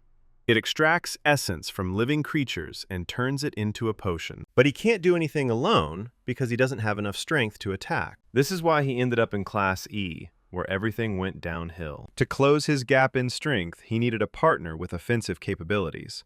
And that's what Kurimura became. But it was just an excuse to achieve more, and he felt guilty for his choice. However, at the same time, he felt a strong sense of relief. After all, when he thought that everything was bad for him, there was someone else for whom things were much worse. But Hinata, whom he had previously despised, had become much stronger, to the point that Shu began to doubt his choice even more. He was surprised when Hinata was able to bring to their knees those who once looked down on him. And while Shu was busy self-destructing, Hinata continued to work hard to achieve his goal. But his achievements did not motivate him to become stronger, but on the contrary, they made him even more angry. So he went for it. He helped Kurimura carry out his evil plan to have the portal boss attack Hinata. Even though he knew it wasn't worth it, he still decided to do it. And right now, Shu has become the one he hated so fiercely, and is fighting against the one he so desired to become. He, along with Kurimura and another member of their group, were near the portal boss. Shu fired a precise shot straight into the boss's body, provoking him to attack. His potion worked quickly, and all that was left was to take the monster to Hinata. Kurimura noted that the ingredient Shu used for the potion was the berserker pheromone, which causes the monster to attack anyone who is left with a trace of the potion. He didn't expect the potion to work even on the portal boss, but Shu started to object that it seemed like they were overdoing it. Kurimura didn't share his emotions. On the contrary, he considered him too talkative for the one who started all this. If he were a person capable of such feelings, he wouldn't mind. But Shu also portrayed himself as a victim, and this infuriated Kurimura. However, he had another plan of his own that Shu didn't know about. Kurimura said that it was time for them to leave, but Shu stopped him and asked where they were going. In response, Kurimura spilled the rest of the potion on Shu, making him the boss's target. Kurimura justified this by saying that they needed to destroy all evidence that could lead to them. Shu realized the situation he was in, and how wrong he had been to make that choice. But it was too late. He asked Kurimura why he needed all this, to which he replied that the teachers would probably start investigating the circumstances of the portal boss's appearance, and in that case, they would be expelled if they were caught. Shu understood everything. Kurimura was trying to put all the blame on him, but it was too late. The boss ran after him, and Shu was weak enough to run away from him. He wanted to try to use the device to call for help, but Kurimura got ahead of him and quietly took it away. Shu realized the situation he was in, and that Kurimura had simply abandoned him. And besides, he wouldn't have time to mask the scent. But he had one potion left, and despite the risks, he was determined to use it against Hinata. Meanwhile, Akane and Hinata continued to calmly go through the exam, killing one monster after another. Akane was glad that at this rate, she would be able to advance to Class D. However, suddenly, someone from the forest spilled an unknown liquid on the guy. Hinata didn't understand what happened, and Akane asked if he was okay. It was the first time he had seen such a liquid, and he didn't understand what it was, and most importantly, whose it was. And then Shu appeared from behind the trees, and Hinata was surprised when he saw him, especially when he was all wounded. The same portal boss appeared behind him, but now he attacks not him, but Hinata, and to this, Shu says that he has had enough. Despite this, Hinata continues to protect Shu and blocks the boss's attack. But the boss is not an ordinary monster, so dealing with him will not be so easy. Even in this situation, when Shu literally brought his death to him, Hinata continued to worry about him. Shu didn't understand why he did this, why he didn't let the boss kill him, to which Hinata replied that his life would not end here because he did not know how to give up. The audience was also surprised when they saw the portal boss and began to worry if everything was okay. Sherry ordered the guild members to immediately rescue the students, as this was a C-rank monster that they would not be able to handle alone. She also noted that this incident was caused by someone intentionally. After all, usually the portal boss does not leave his shelter, because otherwise the portal will collapse. The director replied that he knew about it, and that this was the first time he had seen such recklessness. Only a few people were capable of pulling something like this off. He thought it might have been Shu, but he was still more certain that the boy had been set up. However, at the same time, he thought that they could rely on Hinata now. Despite the difference in strength between the monster and Hinata, he did not retreat and continued the fight. Akane was worried about her friend, because fighting a boss is far from the same as fighting some goblins. Despite this, Hinata managed to save Shu, and together, they dodged the enemy's attack. The damage from the boss's previous attack was still taking its toll. The difference was not only in strength, but also in skills.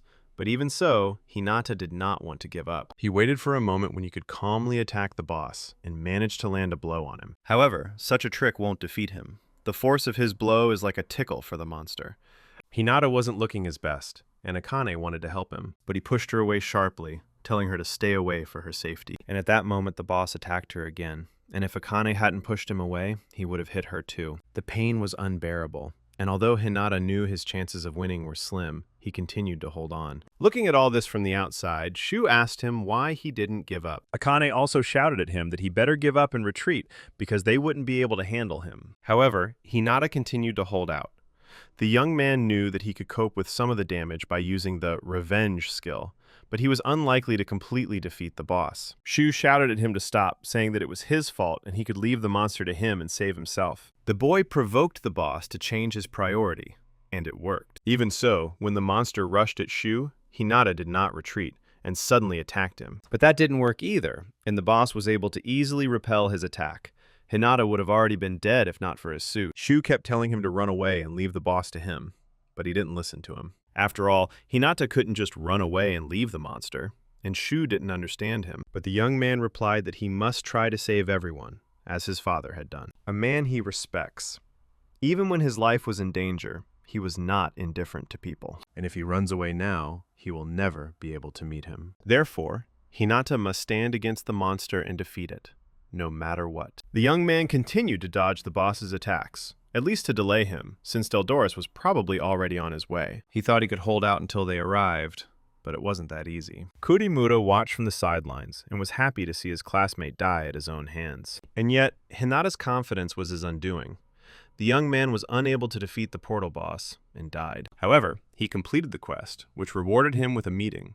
When he woke up, he found himself in an unknown place. Opposite him sat an unfamiliar girl, saying that she had finally waited for their meeting, calling him Master. Hinata didn't understand where he was or who this girl was in front of him, because he had just fought the portal boss. Could it all be a dream? Or had he died and gone to heaven? But the girl helped him with the answer, and said that he was already dead. Or to be more precise, on the brink of death, so there is still a chance of survival. Hinata didn't understand how she was able to get behind him so quickly, and what was even going on here. The girl continued to say that he was only alive because she called him here, so he should be grateful to her. She also said that he shouldn't be upset, because this spiritual world is under her control. In simple terms, this is the world inside Hinata's suit, the inner world of the artifact. The girl showed him what was happening outside and the situation he was in. Therefore, if he returns now, he will hardly be able to repel the attack and will die completely. Hinata asked her if that meant she had helped him, and she replied that that was exactly it. He thanked her and apologized for doubting his artifact. But the girl replied that it was too early for him to relax, because at this rate, he would definitely die. She will be able to help him, but only once, because she has no more strength left. Hinata asked her what he should do, and she said she would give him a little instruction. To do it, he needed to bend over a little. After this, the girl suddenly inserted 2 fingers directly into the young man's eyes, which he clearly did not expect. The pain was monstrous, but the girl noted that she had corrected his eyes, because he seemed to have forgotten how to see with them, since he fought so recklessly against an opponent he could never defeat. She noted that his fighting style was too rough, so he should study it properly first. At the same time, Hinata's eyes changed slightly. He asked her who she was and what she was doing inside his artifact. The girl introduced herself as the Nameless Traitor, but that only added more questions to Hinata's mind. However, he had no time to ask them. His time was up, and the hour had come to return to the real world. He tried to stop her to ask her something else, but she replied that he hadn't taken the test yet. If he wants to know more, he needs to become stronger, and then she will answer all his questions. After all, he must be curious as to why a weapon like an artifact gave him everything that led to the war. And why did monsters start appearing from portals, killing people? Hinata didn't understand what she was talking about, but he wanted to ask her a lot of questions. At parting, the traitor said that they would meet again, and she would look forward to it. Waking up in the real world, Hinata seemed to become a different person. He managed to dodge the boss's attack, and Akane was happy that he was okay. Hinata became faster and found it easier to dodge enemy attacks. Akane screamed at him that he almost died and they needed to run quickly. But Hinata replied that he would not run away anywhere, because he intended to defeat the monster. The portal boss continued to attack him, but the young man skillfully dodged his attacks. If he had been pinned to the tree before, now he felt like a fish in water. Thanks to his new eyes, he can clearly see the boss's attacks and dodge them without difficulty. Besides his movements, he can also see his sinister aura and killing intent. This really scared him. Hinata began to think that it was because he was on the verge of death. But despite this, he could now clearly see the enemy and his weakest spot. Now that he could freely dodge attacks and knew the enemy's weak point, all that was left was to strike with all his might, using the skill Revenge. By this time, they had already been found by the guys from the Deldoris Guild, who came running to save them. However, they noticed something strange, so they decided to take their time and consult with the guildmaster. Meanwhile, Hinata rushed to attack the boss without any ulterior motive. He managed to dodge the monster's attack and strike directly at its weak spot. He succeeded.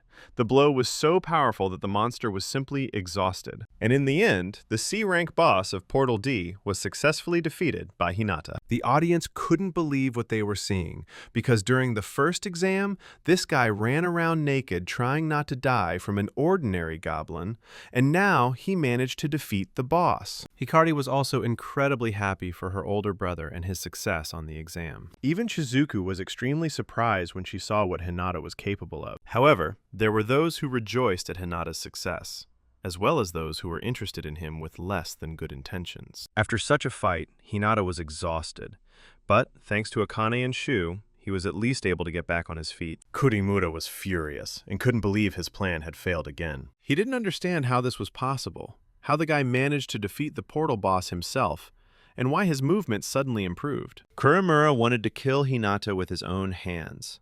The guy who was in the same group with him tried to stop him, but it was no use. But their conversation was being filmed by one of the guild members, and the guild master and director were also watching it. Sherry ordered the impudent man to be arrested immediately, but the director asked him not to rush. Atsushi said that it was better for them not to interfere, but rather to observe the situation. After all, if they stopped Kurimura halfway, they would only further inflame his anger, which could cause him to try to do something similar again. Sherry asked if the principal really wanted Hinata to deal with him himself, and Atsushi replied that that was exactly it. She asked again if this would be a good idea, since he seemed to be completely exhausted. Atsushi replied that if anything went wrong, the guild members would intervene. But for now, everything should be fine. Meanwhile, Kurimura was rushing headlong straight towards the exhausted Hinata. He was confident that with just one blow, he could finish off the guy and end his revenge. But even exhausted, Hinata did not give up his position and easily blocked the enemy's attack. This infuriated Kurimura, and he began swinging his fists recklessly, trying to break through Hinata's defense. However, it was all in vain, and Hinata found a moment to counterattack. Hinata managed to knock him to the ground, and asked Kurimura if it was true that he had arranged all of this. He grabbed him and said that it was enough to try to kill him and somehow touch him. But Kurimura didn't want to give up and tried to hit Hinata. Hinata responded in kind by headbutting him in the forehead. Kurimura never thought that things would turn out exactly like this, and that the one he was bullying would be able to knock him down. Hinata told him that he had simply not touched him all this time, which only made Kurimura even more angry. Out of anger, he recklessly attacked Hinata to get revenge on him for everything. But Hinata was no longer the same person he once was, and he wasn't going to just take the blows. Instead, he attacked back. He managed to defeat him without even using the artifact, and that was the end of Kurimura's school story. The director noted that Hinata and Kurimura were an example of the difference between someone who worked hard and someone who did nothing. From this moment on, the exam for the second group can be considered complete. The day after the test, Hinata and Akane's school life changed dramatically. If before everyone looked at them with contempt and a desire to kill, now everyone smiles when they see them.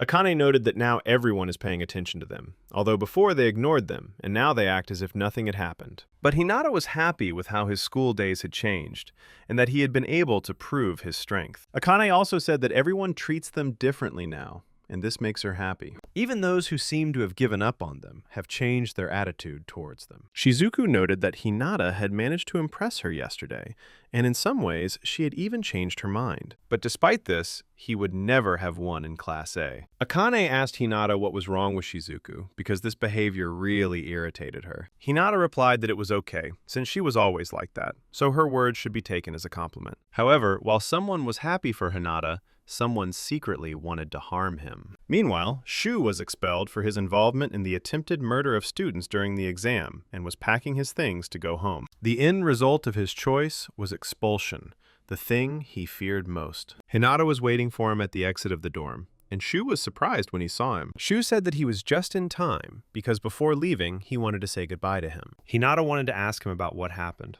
but he didn't know where to start.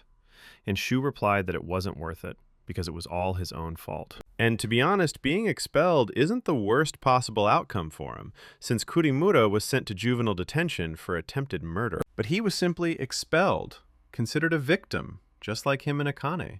So he has nothing to complain about. Hinata looked at him with a downcast expression, but Shu said that he shouldn't look at him like that, since it wasn't his fault. And despite all this, he will not give up and will continue his research with the help of his artifact. As a gift before leaving, Shu gave him a potion he created with his artifact. The director said that even though his artifact had no attack power, it could still be useful with potions. Therefore, he prepared a letter of recommendation for him so that he could continue his studies outside of Valkyrie School. Shu noted that he might not have the talent to be a warrior, but in that case, he would find himself making potions. After seeing Hinata's determination, he realized that he too should not give up and continue on his path. So Hinata can be sure that he will not fall into despair, and one day, he will become much stronger. Finally, Shu said that he sincerely regretted what happened and that he was involved in it.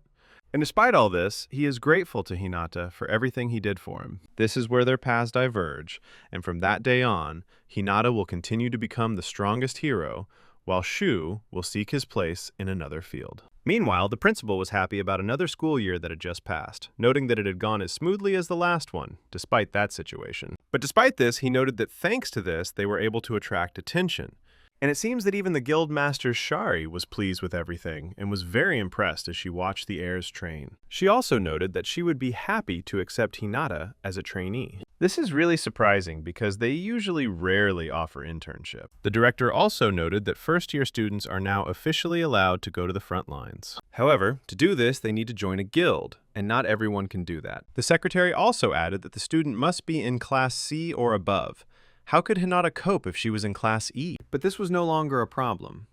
Since that day, Hinata was transferred to Class B, and Akane to Class C. On the one hand, Hinata was glad that he managed to move up a class, but not everything was so smooth. After all, most of the students who study there doubted his achievements on the exam. In addition to Class B, there is also Class A, and they both differ greatly from Class E, including in terms of training. In this class, Hinata saw opportunities for growth that weren't available in Class E, so he needs to work hard to avoid failing. But one of the students from Class B prevented him from being alone with his thoughts. He approached him, pretending to ask what it was like to be in a new class. The guy introduced himself as Arakawa Subaru, saying that he entered Class B in order to get into Class A in the future. And suddenly his smile turned to disdain, and he asked Hinata how he managed to cheat everyone on the exam. He argued that during his entire time of study, he had never heard of a student from Class E suddenly transferring to Class B. Subaru noted that everyone was curious about how the boy was able to get into their class so quickly, and whether he really had the skills that would qualify him to be in Class B. Therefore, he believes that the incident at the re-exam was his trick which he pulled off unnoticed. Subaru is confident that the portal boss was defeated by the Deldoris guild members. But Hinata just laughed in response to his accusations and didn't want to answer him anything. He had met a guy like that in his previous class, and it seemed like there was someone like Kurimura in every class. Meanwhile, the teacher reminded the students that they would all remain in Class B until the next exam. He also noted that the new students should not relax, as they should always aim for Class A. This year, only one student was able to transfer to Class A,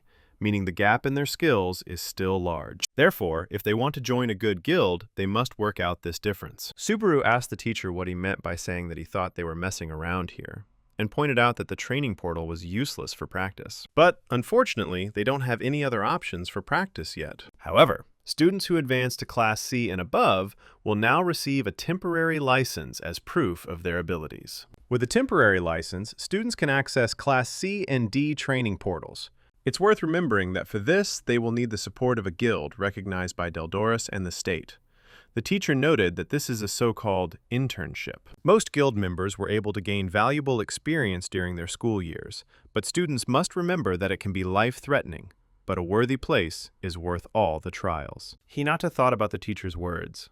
Perhaps he would also be able to get an internship with someone. Akane came to him. Despite the fact that they are in different classes, they remain true friends. She was curious to know how he was doing in Class B, and Hinata replied that he didn't feel quite at ease. Akane had a similar situation. Even though she moved from Class E to Class C, she felt uncomfortable watching her classmates' annoying glances. She also added that she recently encountered a guy similar to Kurimura. Hearing this, Hinata confirmed his theory that there are people like that in every class. Akane also wanted to talk to him about the internship and find out what he thought about it. The girl noted that as an intern, they can receive payment for their activities. Hinata had never heard of this before, so he asked how much money he could make from it. Akane replied that it all depended on the guild and the portal, but even so, the price was high. Much more than for defeating the goblins in the training portal, and they only give 150 yen. Hinata thought it was a great opportunity to earn money, just by going to school and improving his skills at the same time. This will allow him to help his mother and pay Hikari's hospital bills. The growth in the training portal has already reached its limit, so it's time to move on to the next stage. He asked Akane how he could apply for an internship at the guild. Akane replied that recruitment notices were posted on the board in front of each faculty, and she also noticed that the area was always crowded. Hinata was already eager to see the results, but Akane stopped him, saying that the recruitment would be held many more times, but the application selection process was currently underway. So she offered to apply with her after school, and Hinata didn't mind. Sachi appeared next to them, who also wanted to apply with them. The boys were surprised by her presence and asked what she was doing there. Sachi replied that her class was next to theirs, so there was nothing strange about her presence there. She also noted that Hinata was finally able to prove himself, and now they can work together. So she wanted to apply together, but Hinata said no. Sachi was disappointed and didn't understand why he was turning her down. Hinata replied that he couldn't train with her, and they would definitely fail the qualifying round. Subaru was also watching them, and was surprised to see Sachi next to the newly transferred boy. He wanted to know what she was doing here, and how she was connected to Hinata. He intended to enter the same guild where Hinata would be training, in order to discover his true nature. In the end, Sachi applied to the same place as Akane and Hinata. They applied together to the B-rank guild Elben for the D-rank portal. Upon returning home, Hinata wanted to rest, and hoped that he would be accepted as an intern, since they could only accept 3. Suddenly, the traitor appeared on the bed, and asked if he really needed to worry about this now. Noting that with his current skills, it would be strange to die in such simple conditions, Hinata asked what she was doing here in the real world. She replied that her body was attached to his, so there was nothing strange in her presence. Hinata noted that this was, on the contrary, strange, because at their last meeting she said that they would see each other when he became stronger. The traitor explained that she had simply answered his question then, saying that he needed to become stronger, but that this was not necessary to meet her. Since his growth had slowed down significantly, she decided to intervene. But Hinata was more surprised that the girl was able to pick up a book. She said there was nothing surprising about this, since artifacts emerge from nothing and can interact with physical objects. Despite this, Hinata still asked her who she really was. The girl replied that she had already introduced herself as a nameless traitor, but if he wanted to call her by her name, she wouldn't mind. So if it makes him feel better, from now on he can call her Nanashi, which also means nameless. The next day, Hinata was quite worried, and Akane became curious about what had happened to him. However, he replied that everything was fine. not wanting to reveal Nanashi's presence. Akane was still worried and asked again if he was lying to her. And in response, Hinata decided to ask her something. He asked if she saw anyone near him, but Akane didn't immediately understand what he was talking about. She was very scared, thinking that there was some invisible monster there. But Hinata calmed her down, saying that it was just a joke. Hinata realized that other people couldn't see Nanashi, nor could he see the system window that had appeared. All this can be seen only by the user. That is, he is alone. Sachi joined them, as if she was already part of their company. Akane told her about Hinata thinking there was someone next to him, and asked if Sachi saw anything there. However, no matter how hard Sachi tried, she couldn't see anyone. Meanwhile, Nanashi was telling Hinata that it was time to train and not sit around doing nothing. Since yesterday, she has been constantly talking about portals and training, saying that with his current skills, he will easily die. But there was something that was bothering Hinata. Because yesterday, Nanashi mentioned something that was too early for him to know about, since he was still too weak. And Hinata wanted to know what Nanashi was hiding from him. At that moment, Teacher Gonzo approached them to inform them of the results of the applications to the guild. He also noted that he was glad to see the students from Class E who had moved up to Classes B and C. Hinata asked him what happened since he came to them. The teacher explained that he had come to tell them something, since he was responsible for the selected students. These were the responses to the applications for internships at the guild, and Akane and Sachi were successfully accepted. Gonzo said that there were a couple of issues left to resolve, so he was waiting for them after school in the conference room, and Hinata asked, what about him? The teacher replied that Hinata didn't pass, and that a student from Class A was taken instead. And since they needed a strong shooter, they chose Akane. Subaru, who also applied with them, was surprised because he didn't get in either. The teacher also said that leaving halfway would not work, otherwise he would not be able to participate in raids for 6 months. Gonzo added that there is no need to be upset, as other guilds are also recruiting. And along with this, he received a special invitation from the S-rank guild Deldoras. Hinata was very surprised when he learned that he had been invited to intern at such a powerful guild. Despite this, after school, the young man continued to train at the training portal. Nanashi congratulated him on clearing out the monsters in the portal, but she wasn't particularly happy about it. Hinata also completed the quest to collect the Hobgoblin's magic stones. Now even the training portal was no longer a problem for him, and he needed to move somewhere higher. He only needed to increase his strength by 5 more, and then he would be able to freely use the Fury Suit. He asked Nanashi if there was another way to increase his strength, but she replied that it was useless. After all, going into battle in such a state is the same as dooming yourself to death. Nanashi asked him what happened to the eyes that his body had given him. They were talking about those very mysterious eyes of the warrior that helped Hinata defeat the portal boss. They allow you to anticipate enemy movements, which is a pretty useful ability. However, its main drawback is the high energy consumption, so Hinata cannot use it for long yet. Nanashi noted that it was most likely due to his low intelligence, and Hinata asked what exactly that meant. The girl explained that this is the ability to recognize and understand supernatural phenomena. Simply put, it is the power required to activate magic. Hinata was very surprised when he heard about magic, but Nanashi did not share his reaction, because all artifacts are mysterious and powerful. He said he had heard of monsters that could use magic, but he had never seen people capable of it. Nanashi explained to him that with the correct transfer, anyone can use magic, but the talent after the transfer depends on the person. At the moment, Hinata only had 5 magic points, which was extremely low. Upon learning this, Nanashi momentarily hated Hinata for his weakness. She said it looked like she would have to use another method to make it stronger. Nanashi admitted that he could have actually tested himself in the C-rank portal a long time ago. However, he will not be able to fully reveal his abilities there. So it's time to move on to the next level of training by finishing with the school portal. Nanashi said that if Hinata wanted to become stronger, he needed to listen to her carefully. After all, upon entering this portal, he will immediately feel the difference in his skills. Inside, the portal looked like an abandoned room filled with traps. Hinata didn't even have time to realize how an iron rod flew at him, and then hundreds of the same rods, piercing his body again and again.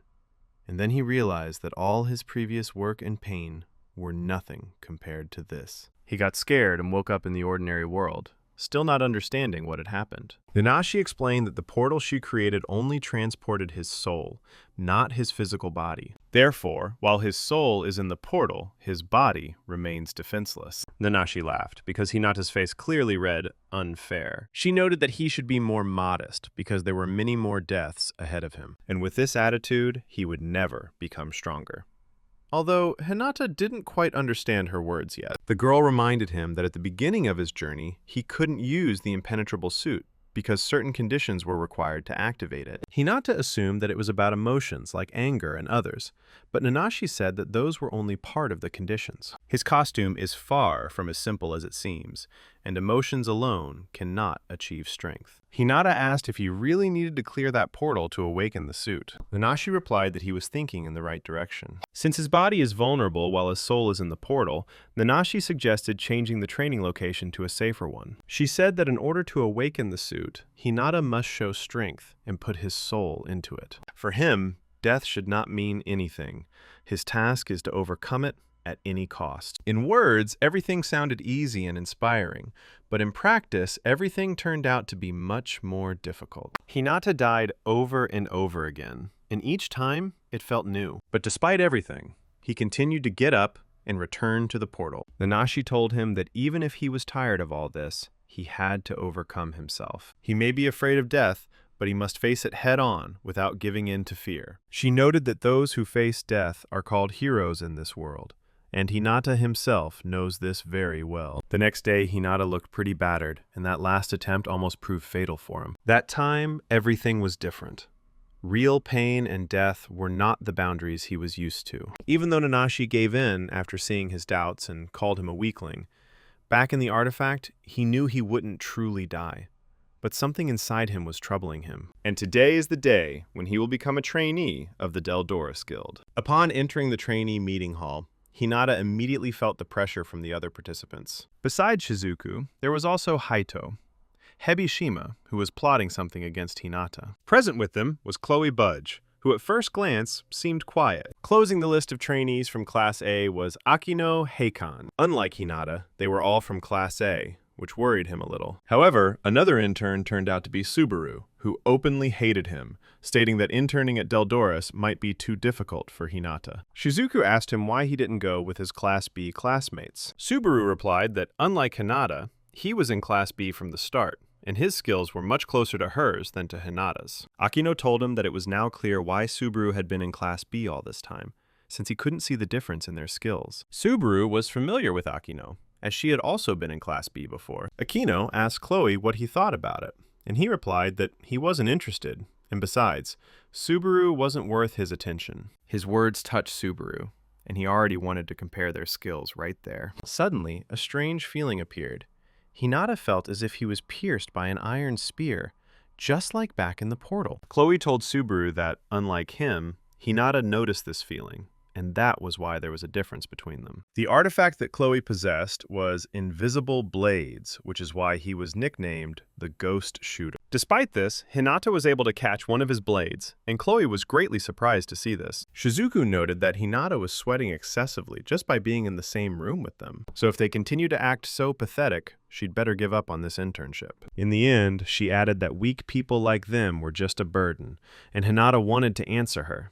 But at that moment, the teacher entered the classroom. It was Teacher Gonzo, who was in charge of selecting the participants, who asked if everyone was there and apologized for calling the group so early, as they only had free time now. Since everyone is already here, he will explain all the details and subtleties, since their internship will begin in a week. Shizuku's words deeply hurt Hinata, and he wanted to prove to her that she was deeply mistaken in thinking he was weak. Returning home, Hinata was angry and demanded that Nanashi open the portal immediately. The girl didn't quite understand where he was in such a hurry and had so much energy. Nanashi asked if it was all because of Shizuku's words, and Hinata was surprised to learn that she heard everything. She called him weak, and he couldn't say anything back, because he really is a coward who is afraid to face her. But despite this, he will not remain inactive because he is considered weak. That's why he won't just back down, but on the contrary, he will become stronger this week. Back in the portal, Hinata continued to hone his skills. This time, he no longer fell for simple traps, and even successfully evaded them. He realized that he shouldn't act rashly, It was better to look around carefully and think before taking a step. After all, everything in the world has a reason, and so do the traps that react to it. In this way, Hinata became better able to distinguish and notice where he was being attacked from. His agility has increased significantly compared to before. Even a few obstacles did not stop him, because he was thinking about how to parry the blow and not running blindly. However, he did not always succeed in this, and if he let his guard down for a moment, he immediately paid for it. He learned to predict the outcome and act proactively. But this was not enough. He still had a lot to learn ahead of him in order to avoid dying at the hands of the enemy. And he continued to train, because he was not going to give up, returning to the portal time after time. Eventually, he reached the portal boss after a long time. At first glance, it seemed that it would be difficult for him to defeat him, because he was the boss himself. However, compared to the trials he had gone through, such a monster was nothing. And as a reward for his efforts, he received the skills Concentration and Ultra Reflex. A week passed, and the long-awaited day of the Deldoris Guild internship arrived. The guild members prepared carefully to avoid any problems. Assistant Guildmaster Sherry was represented by S-rank Vice Guildmaster Hatsuma Jin. He reported to the Guildmaster that everything was ready and they could begin. Jean remarked that she was in a good mood today, and Sherry replied that she was, as she was looking forward to seeing the students. In her opinion, this is exactly the kind of person they have been lacking for a long time. And in conditions of labor shortage, students will be a salvation. Of course, Shizuku was of particular interest, but the guildmaster said that the guy in the suit would also come. Last time, Jin didn't notice anything special about the guy, and judging by how hard he had the first test, he was weaker than any of them. However, the vice guildmaster was deeply mistaken in thinking this way about Hinata. Meanwhile, teacher Gonzo had already brought the students to the internship site. The students showed respect for the guild and expressed gratitude for the opportunity. The aura emanating from Hinata was noticeably different from before. Sherry explained to the students that today they would be entering an unexplored C-rank portal. She is confident that the students have learned this at the academy, and they will, as usual, be divided into 3 teams. Class A will stand forward, as they are the strongest and most capable. 2 boys from Class B will stand in the center along with the Vice Guildmaster. Today they must fight the portal's boss and close it once and for all. Sherry also said that she really hopes for understanding from the students, because this is not training,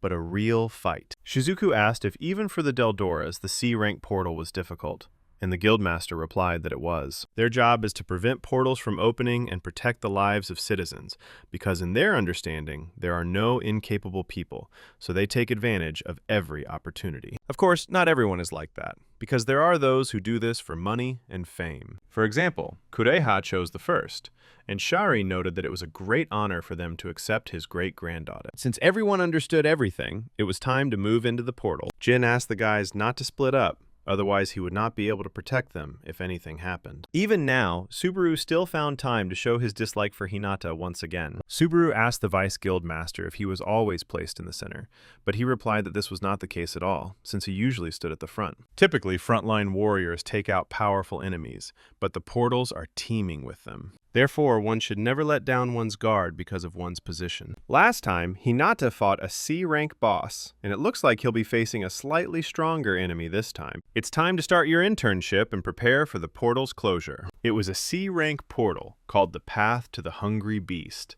and when the central group entered it, there was a pile of magic crystals lying on the ground.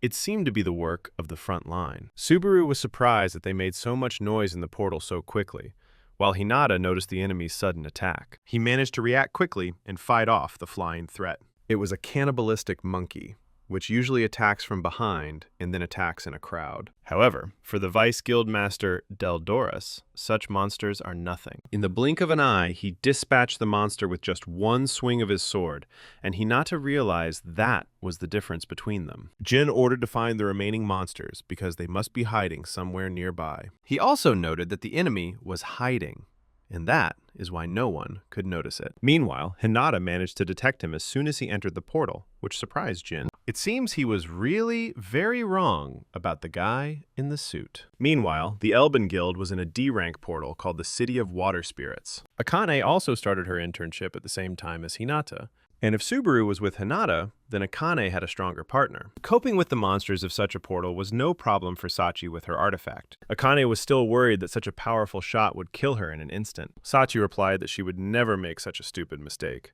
so they had better quickly close the portal and go back. Because of the power of Sachi's artifact, Akane was unable to take part in the battles herself at all. However, she was more worried about whether Hinata was okay. Meanwhile, Hinata continued to kill monster after monster. If earlier this would have been a huge problem for him, now he did it confidently. Even though Hinata was showing off his skills, Subaru still doubted him. And while Hinata was fighting, he just stood to the side and watched everything. However, this didn't last long, as Subaru didn't want Hinata to take all the glory for himself. Subaru possessed the artifact Hunting Knife, which, if used correctly, could become a serious threat. Their efforts were also noted by Jin, and from the outside, the guys looked good. Subaru was still a bit rough around the edges, but he had plenty of attack power and stamina. While Hinata has little stamina, he is able to make quick decisions. He does not cross his boundaries by rushing forward and always keeps the situation under control. Moreover, his reaction is extremely high, which greatly helps in combat. Jin noted that Hinata reacts faster than some of the team members, and even when it seemed like the crowd was attacking him and pinning him down, he still didn't lose heart. This kind of instinct can only be developed through real battles. The Vice Guildmaster was very interested to know how the boy was able to develop such a sense at such a young age. Perhaps he was originally born with such strong fighting instincts. But the Vice Guildmaster had no idea what Hinata had gone through. During their training with Nanashi, she once asked him what the first thing that comes to mind when he sees it is. And Hinata replied that it seems like it's poisonous. Nanashi said that he hit the nail on the head. So in order to clear the portal, he needs to improve this instinct. A developed sense of danger begins with a simple thought like, there's something there. Therefore, he needs to learn to access each of his 5 senses. With the help of his eyes and ears, he will be able to notice impending danger. In this case, he will be able to repel the threat and counterattack the enemy. Meanwhile, one of the team members approached Jin and asked if he thought there were too many enemies. The Vice Guildmaster noted that this was indeed the case, since everything should have ended after the front line. But something was wrong here. Did he underestimate the C-rank portal, or perhaps something happened in the Guildmaster's group? But that couldn't be the case because she is one of the top 10 people who possess a 5-star artifact. Therefore, there was no way they could lose to such low-ranking monsters. However, the problem was different. It affected the second group as well.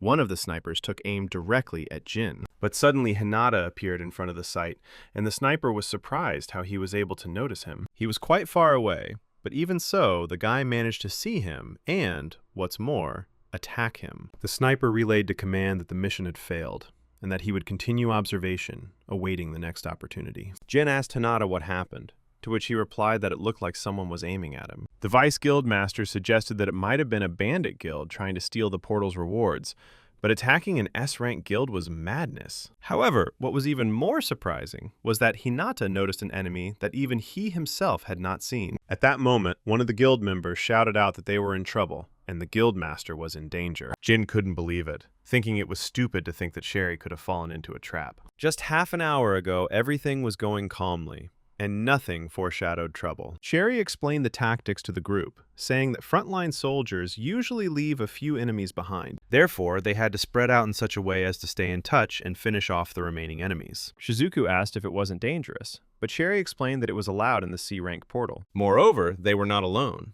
The Guildmaster Deldoris herself was with them. She could handle monsters of that level on her own. And these were not empty words, otherwise she would not have become a Guildmaster. The artifact that Sherry possessed was truly remarkable. She could easily deal with several enemies with one movement of her hand. The rumors about her incredible strength turned out to be absolutely true. Sherry emphasized that while she could have done everything herself, the heroes were on training, and it was in their best interests to fight monsters. Shizuku noted that the monsters' movements in this portal were completely different from those in D-rank ones, so they had to be careful. The Guildmaster was pleased to see how the boys were doing. At the same time, she became curious why Akane was not participating in the battle.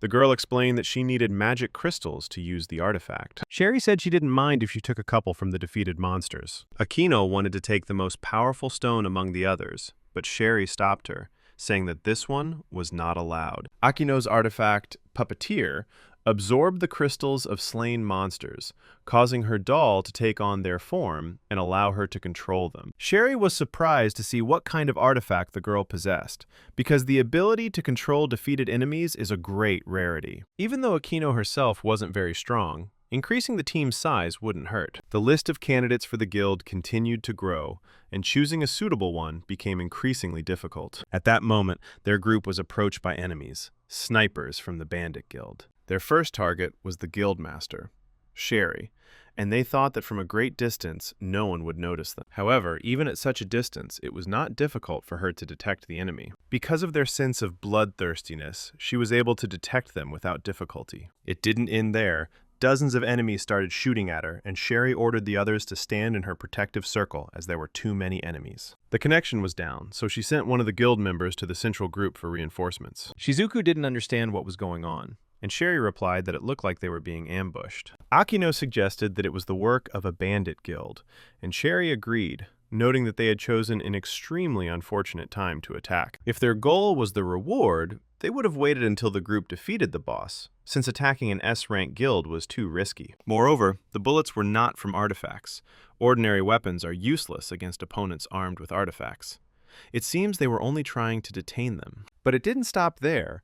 It seemed like someone was controlling the monsters and setting them on the group. Sherry couldn't handle both the snipers and the monsters at the same time, so she assigned the fight against the latter to the trainees. The bandits specifically chose the moment of the training for the attack, but their true motives remained unknown, as they surely understood that the plan would fail. Meanwhile, a strange root began to grow under Sherry's feet. The enemies continued to fire at the group, trying to lower their guard. At that moment, the roots quickly enveloped the guildmaster's legs, depriving her of control over the situation. Immediately after that, a magic dart hit her hand, and Sherry didn't understand what it was. When the cannibal monkey attacked her, she thought she could easily defeat it, but the artifact didn't work. It seemed that the dart had paralyzed the artifact's effect, and it was good that Shizuku had repelled the enemy's attack at that moment. The guildmaster also warned the others to take care of their hands, as the enemies possessed technology that could disable artifacts. The boys didn't fully understand how this was possible, because the technology that made it impossible to use the artifact seemed incredible. She replied that her artifact wasn't working, so she would have to rely solely on them for now. There were too many enemies,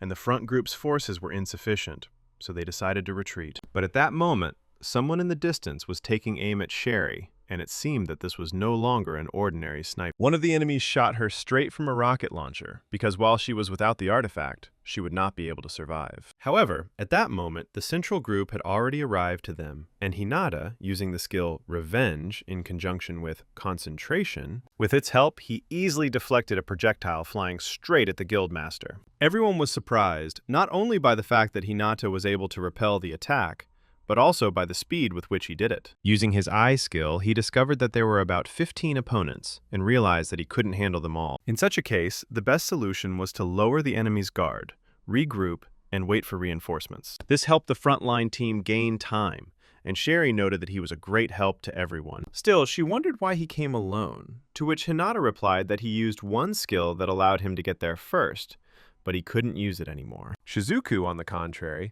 asked him why he came at all. Before that, the Vice Guildmaster told him that Hinata was the fastest of them, so he was the one who was able to get there first. Shizuku asked.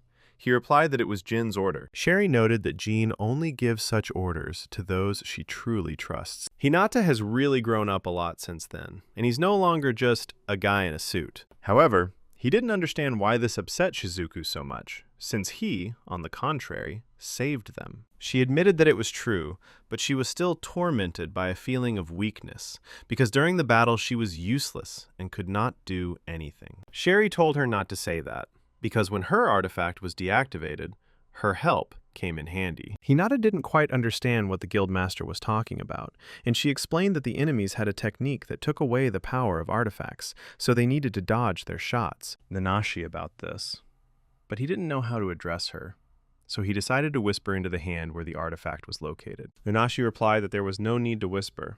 It was enough to simply ask the question mentally, and she would hear it, adding that the power of the artifact did not come from Sherry's hand. Since magic crystals create space, they leave a mark on the hand, and the resulting artifact depends on the quality of this space. And it looks like it was taken from her, so even if she touches another crystal, the artifact will not return. Nanashi was also amazed at how amazing humans are, while Hinata was more amazed at how anyone could take the artifact away. Hato asked what they were going to do and if they had a plan. Sherry replied that they should just wait until the Vice Guildmaster came to the rescue, as that would be the most sensible decision. At that moment, their group arrived just in time, and an enraged Jin attacked the enemy from behind. He said they would seriously regret underestimating the Deldoras. The Vice Guildmaster ordered the guild members to attack the enemies so that they could feel the full power of Deldoras. Sherry also warned Jin to be careful of their shots, as they possessed a technique to deactivate artifacts. Shizuku noted that thanks to the reinforcements, it now looked like they would be able to handle them. However,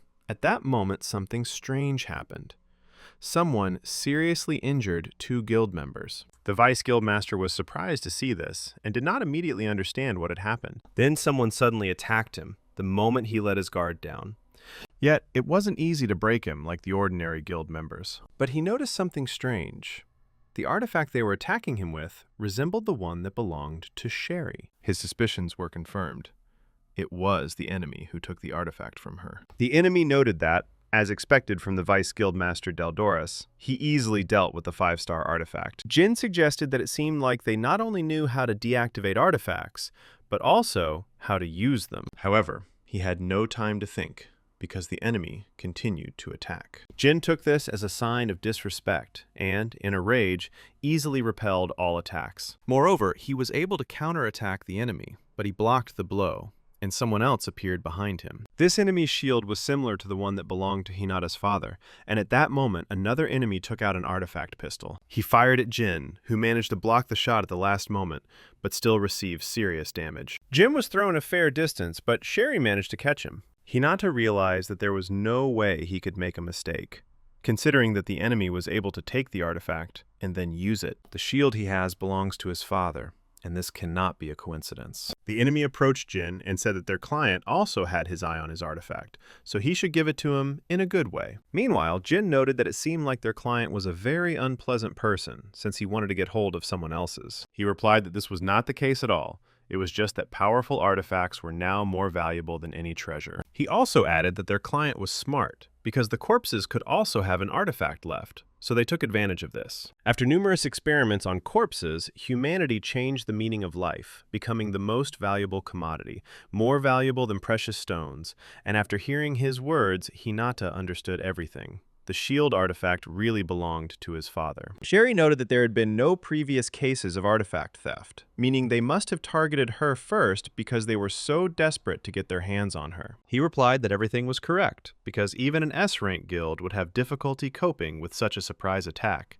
And thanks to this, they could obtain powerful artifacts. Hinata was so angry that he wanted to deal with them with his own hands, but he was stopped by the Sherry artifact. The enemy noted that at first he did not recognize him, but, noticing his suit, he realized that he was the same student. Hinata ignored him and wanted to ask where he got the shield-shaped artifact from, to finally confirm his theory. But the enemy said that he did not owe him any explanation, adding that it had probably been taken from one of the corpses on which they had been experimenting. Using the skill Concentration, Hinata rushed straight at the enemy, because with this skill, he could temporarily slow down the perception of time in a ratio of 10-1. The opponents tried to stop him by using the same artifact they used against Jin, but Hinata was able to dodge the projectile. His reflexes were at a decent level, but it was difficult to resist Sherry's artifact. Sherry noted that he was good, but it was still not enough.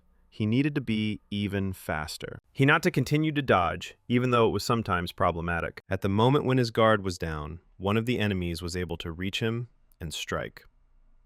Immediately after, another opponent used Sherry's artifact in an attempt to finish off Hinata. Jin couldn't allow this to happen and rushed at his opponents to take revenge on them, not only for the guild members, but also for Hinata. However, his attempts were in vain, because it was difficult even for the Vice Guildmaster to resist such a powerful artifact.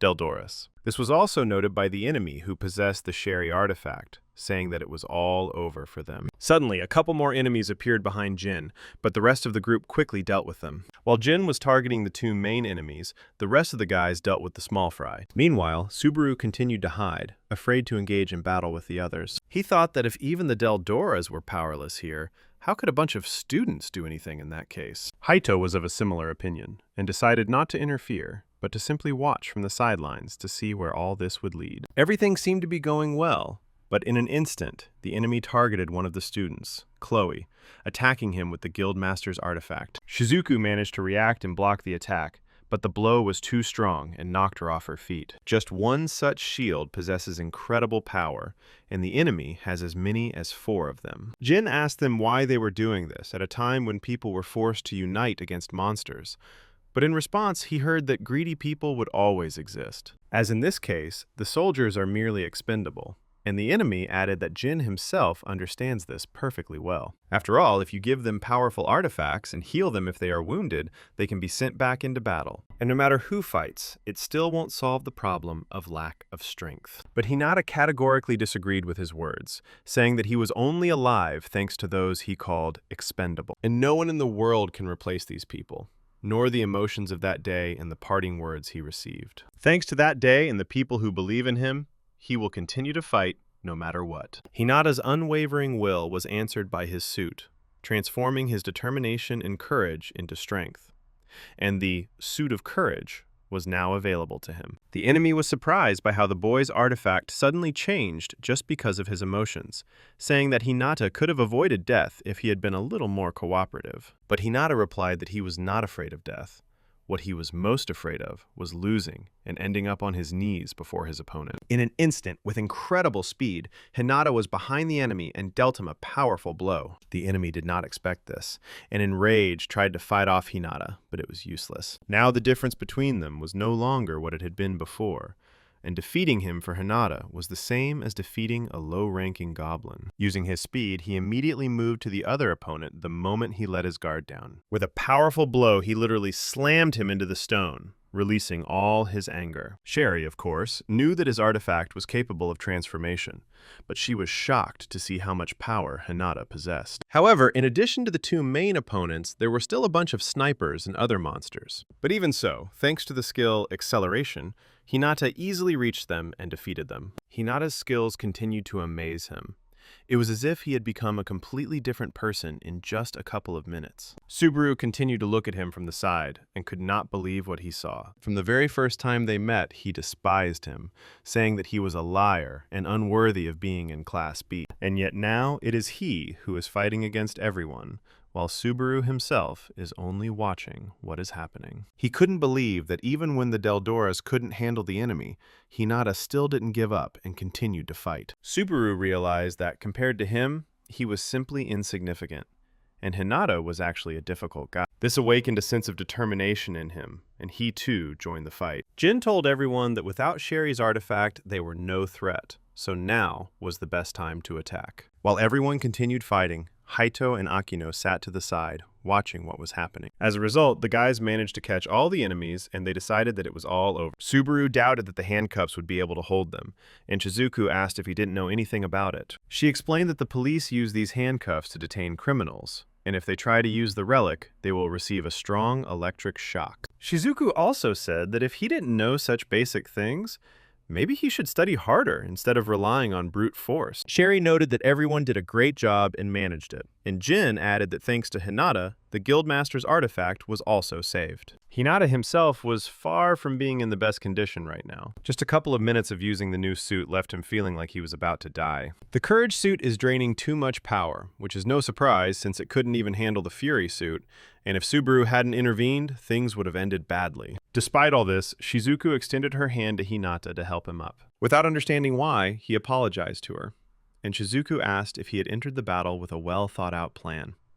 But he replied that it was not so. In response to this, Shizuku said that in that case, it would be better for him to leave the academy. Subaru didn't understand why she was acting like this, but Hinata noted that everything was fine. This was her usual state.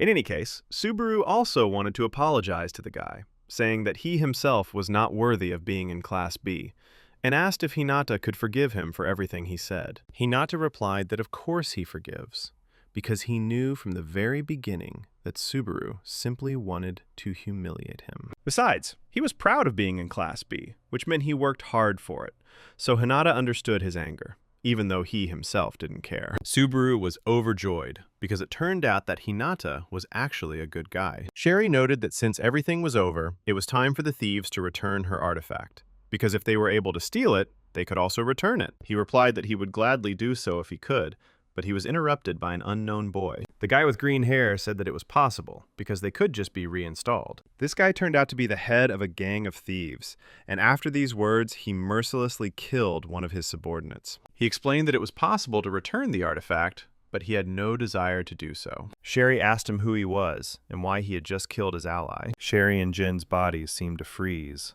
The pressure was so strong that they couldn't even move a finger. In response to her question, he replied that she shouldn't worry, because he doesn't kill people without reason. And he killed him because he behaved recklessly, because the original orders were to steal the artifact and leave, and if they noticed, just run away. But he decided to use the power he had received as his own, and thereby essentially betrayed the organization. Jin noted that it looked like the cube he picked up contained a Shari artifact. However, he couldn't even move, let alone take it away. The unknown guy also added that this is not the end, because now is the best time to kill them all. And suddenly, swords began to appear from the shadows that could instantly kill the target. He also said that they would soon be able to move, but for now, they were leaving, and thanked them for saving him time by gathering all his comrades in one place. But Jin still didn't understand who this guy was, although it seemed that his artifact allowed him to control shadows. Finally, he said that he would take Jin's artifact along with Sherry's artifact. But Hinata, who had awakened his second wind, did not agree with his intentions and suddenly attacked him from behind, demanding that he leave the artifacts. The enemy did not understand how he could move, much less how he was able to repel an attack from the shadows. Despite this, he managed to dodge Hinata's attack in time, disappearing into the shadows. He suddenly appeared behind Hinata and wanted to attack him, but he expected such a move. Hinata reacted quickly and used his speed to get right behind his opponent. He didn't have time to dodge the blow, as a result of which 2 cubes with artifacts fell out of his hands. Hinata and the boss of the Thieves Guild rushed after the artifacts, hoping to catch the right one. While the enemy was letting his guard down, Jin attacked him from behind, but he was able to dodge. Having taken one of the artifacts, he said that was all, and disappeared. In the end, he only stated that he remembered Hinata's face and was looking forward to their next meeting. The Thieves Guild managed to escape, and Jin was furious that they had not been able to defeat them. He also apologized to Hinata for having to save him again. Hinata's strength was at its limit. After his second awakening, he could barely stand on his feet. Sherry noted that he was exhausted, and no longer the, quote, guy in the suit who retreats at a critical moment. This means that at the moment he saved her, he couldn't use all his skills and didn't become stronger at the last moment. But even if it was all about the artifact, it didn't change the fact that Hinata was a very interesting guy. Later, at the Kansai headquarters during the Guild Alliance meeting, Sherry reported on the incident. Kyoto noted that the theft of the artifact is an unprecedented case. The Minister of Defense agreed, adding that a solution needed to be found urgently. Sherry explained that to avoid a repeat, it was enough to protect the hand where the artifact was located, because the enemy would not be able to steal it without this. Shio remarked that he seemed to know a guy who controlled shadows. That man was a criminal from the S-rank guild Niflheim, whose boss was rumored to have such power. Lin Ping noted that they were having more and more problems each time. Meanwhile, Genji asked Sherry what she was going to do next, since she couldn't stay without the artifact. Shio wanted to object, but Sherry replied that she understood everything without his words. Now her artifact no longer belongs to her, and it is unknown whether she will get it back. Therefore, Hatsuma Jin will take over the management of the Deldora's Guild. She herself will resign, but she will not be idle, because she still has things to do. And she had a special request to the director of the Valkyrie School. She wanted to ask for a favor. At a general meeting of the Academy's students, an important change in the teaching staff was announced. A temporary employee will join the teaching staff starting today. Their new martial arts teacher will be a former guild master.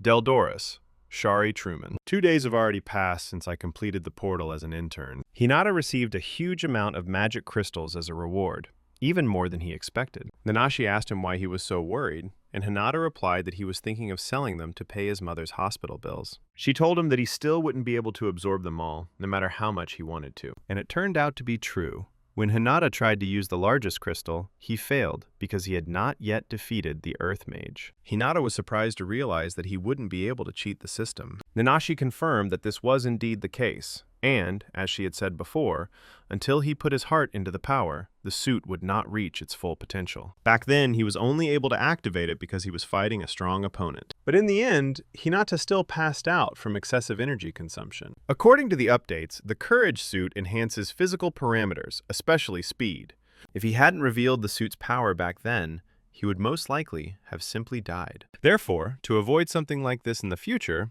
he needs to become stronger. Hinata absorbed a lot of crystals, thanks to which he was able to increase his characteristics. Now he could safely use the Fury suit, and in addition, he discovered a new skill: Power of Fury. Nanashi was happy to watch him grow stronger. Another day at the academy continued to surprise Hinata, and he thought that the strangest news would be that Sherry became a teacher.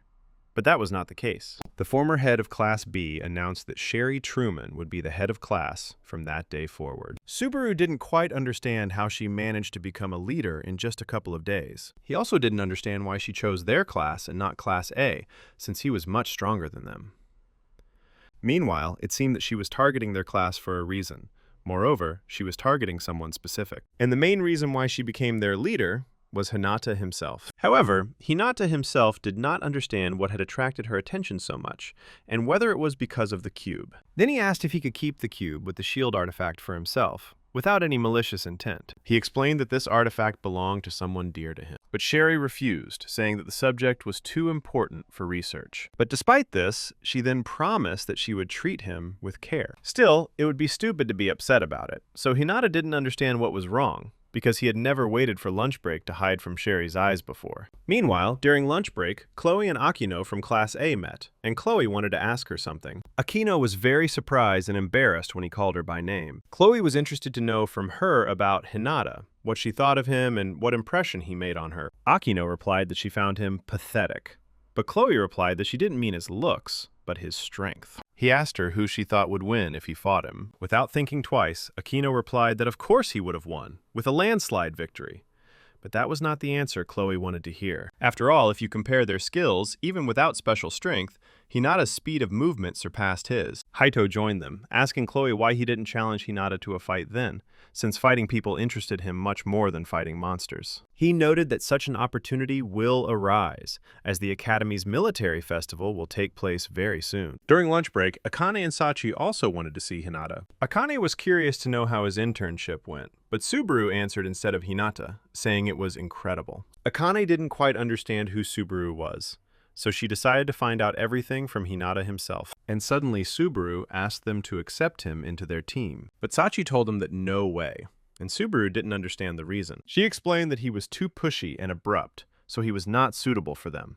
After which, a small conflict arose between them. Hinata was also interested to know how Akane's internship went. But, unfortunately, Sachi took all the glory again, as expected. However, something else was bothering Akane: the feeling that someone was watching them. She asked Hinata if he knew the two strangers hiding behind the door with a scary aura. Akane noted that they had been keeping an eye on him ever since she and Sachi came to them, and she was interested to know why they had such a special interest in him. Subaru emphasized that Hinata was like a target today, first by Miss Sherry, and now by someone else. And suddenly he shouted to the two of them to hide better, because they were easy to recognize. They turned out to be the guys from Class A, and Hinata was of particular interest to them. Sachi noted that the guy with glasses was Deba, a senior from Class A who was competing for first place among the second years. Hinata didn't really understand why he had attracted the attention of another student from Class A. They came here to invite Hinata to their magical item research club. The guys tried to lure him in various ways, even saying that after joining, his fighting power would increase to 3 million. Akane asked Subaru if he was also going to join the club, but he replied that he wasn't, as it was already late in the year. However, Hinata turned them down as he was not interested in joining the club. Sherry suddenly approached them, offering Hinata to at least take a look at the clubroom. She was sure that it was worth it, and that he would change his mind about his decision. Subaru didn't quite understand why she was acting like a real teacher, even though she had only become one this morning. However, after school, the boys still visited the clubroom. The room was in a real mess, but despite this, it was full of magical objects. Hinata asked if they were the only ones in the club, and Deba replied something like that. But first, they wanted to introduce themselves. Deba Mitsuru, a second year from Class A and the club president, and next to him, Nishikori Miho, a second year from Class C. Mitsuru noted that initially there were 3 of them in the club, but one member left the group. It was Shu who left the club after being expelled. Everyone knows that their academy is a military school, so most students join here for training, and there are a few clubs here. Most of them focus on skill practice, like a martial arts club. Therefore, when it comes to cultural clubs, such as the Magical Item Research Club, it is one of a kind. Subaru noted that if the student had initially wanted to do something ordinary, like club activities, he would not have entered the academy. Mitsuda replied that that was exactly it, which was why their club wasn't popular at all, and they didn't even have a promoter. Hinata asked if the club could become popular without a promoter, and Miho replied that there was one, but he left last year. However, they managed to continue their club activities, albeit unofficially. The director recently said that the academy can no longer fund a club without a promoter if there are only 2 people in it, so they will have to give back the club room. Akane asked if that was why they asked teacher Sherry to be their promoter. And it turned out to be true. Sherry herself was not against it, provided that they invited Hinata to the club. But Hinata didn't understand why him. And the teacher replied that she thought he might need the cube with the artifact. She noted that magical items are devices that absorb the energy of magical crystals. Their power is immense, and as weapons they can be effective even against monsters from other worlds. However, in real combat, they are used quite rarely because they are inferior to artifacts in many ways. Magic items cannot compare in power even to single-star artifacts, but this cube has challenged that belief. Sherry explained that the object she was holding was an object that could possess and steal someone's artifact. For now, they have decided not to disclose it to the public, but it is still necessary to come up with and take measures. The teacher said that they had discovered untapped potential in the magical item that they had yet to explore, so it seemed that in the future, more than just artifacts would be used in battles. Mitsuda added that this is not all, because magical items also make dreams come true and open up new possibilities. For example, this suit is a durable armor that absorbs the energy of magical crystals. But despite its power, this armor is practically unsuitable for use. But with proper development, it will be possible to use it. Akane asked how exactly, and Mitsuru replied that it could be used to make a super robot. Subaru and Hinata were beside themselves with surprise. She wasn't surprised by the guy's reaction, since they probably like this kind of thing. But Sachi's reaction surprised her. Sherry noted that she doesn't know much about robots, but would like Hinata to join the club. And, to be honest, she would like to train Hinata personally. Given the secrets of his artifact, if they manage to figure out how to extract the artifact from the cube, the club will be able to give it to Hinata as a bonus. Therefore, she would really like him to join. But if he is against it, she will not force him. Akane noted that it actually sounded good, and the festival was approaching. There is a festival between military academies where team battles will be held, and it would be a lot of fun to participate in it with the club members. Akane and Sherry's words managed to convince Hinata, and he replied that he agreed to join the club. Upon returning home, Hinata continued his training in the Spirit World portal. He was able to reach another final stage of the portal, but he ran into difficulties. No matter how he tried to attack the monsters, it was all in vain. He was fast and could dodge their attacks, but he still lacked strength. Hinata even used a combination of the skills Revenge and Fist of Fury, but it didn't work. Ultimately, failure awaited him, followed by another death. Hinata didn't understand what he was doing wrong, and where he could get more attack power. Besides, he lacked stamina, which is why he couldn't use the courage suit for a long time. Nanashi noted that he was doing badly. She thought he had grown a little, but he still had room for improvement. She also said that he lacked something, namely, special equipment. When he uses the new suit, even for a short time, he becomes stronger than most opponents, but this only applies to those he can damage. Therefore, against more resilient opponents, he is still powerless, and no matter how strong he is, he will not be able to defeat them. But even Hinata didn't quite understand what to do. But perhaps the update list would help him with this. Nanashi replied that it wouldn't help, and even learning a new skill wouldn't help him. The problem is that the power that the artifact can store is unchangeable. That's why he needs a technique like Shizuku's, which she has already mastered. Her artifact fills objects with vital energy, which increases their characteristics. However, instead of filling items, it converts this energy into attack. It can be called a special technique that uses the characteristics of the artifact, so he must also learn the power of his artifact and master his own unique technique. The next day, Hinata continued to think about Nanashi's words. A unique technique. It's not about combining skills and activating them, because he already used them, and it didn't work. Hinata's appearance. Subaru thought that something had happened to him, but Hinata replied that everything was fine. He was just thinking about a unique technique.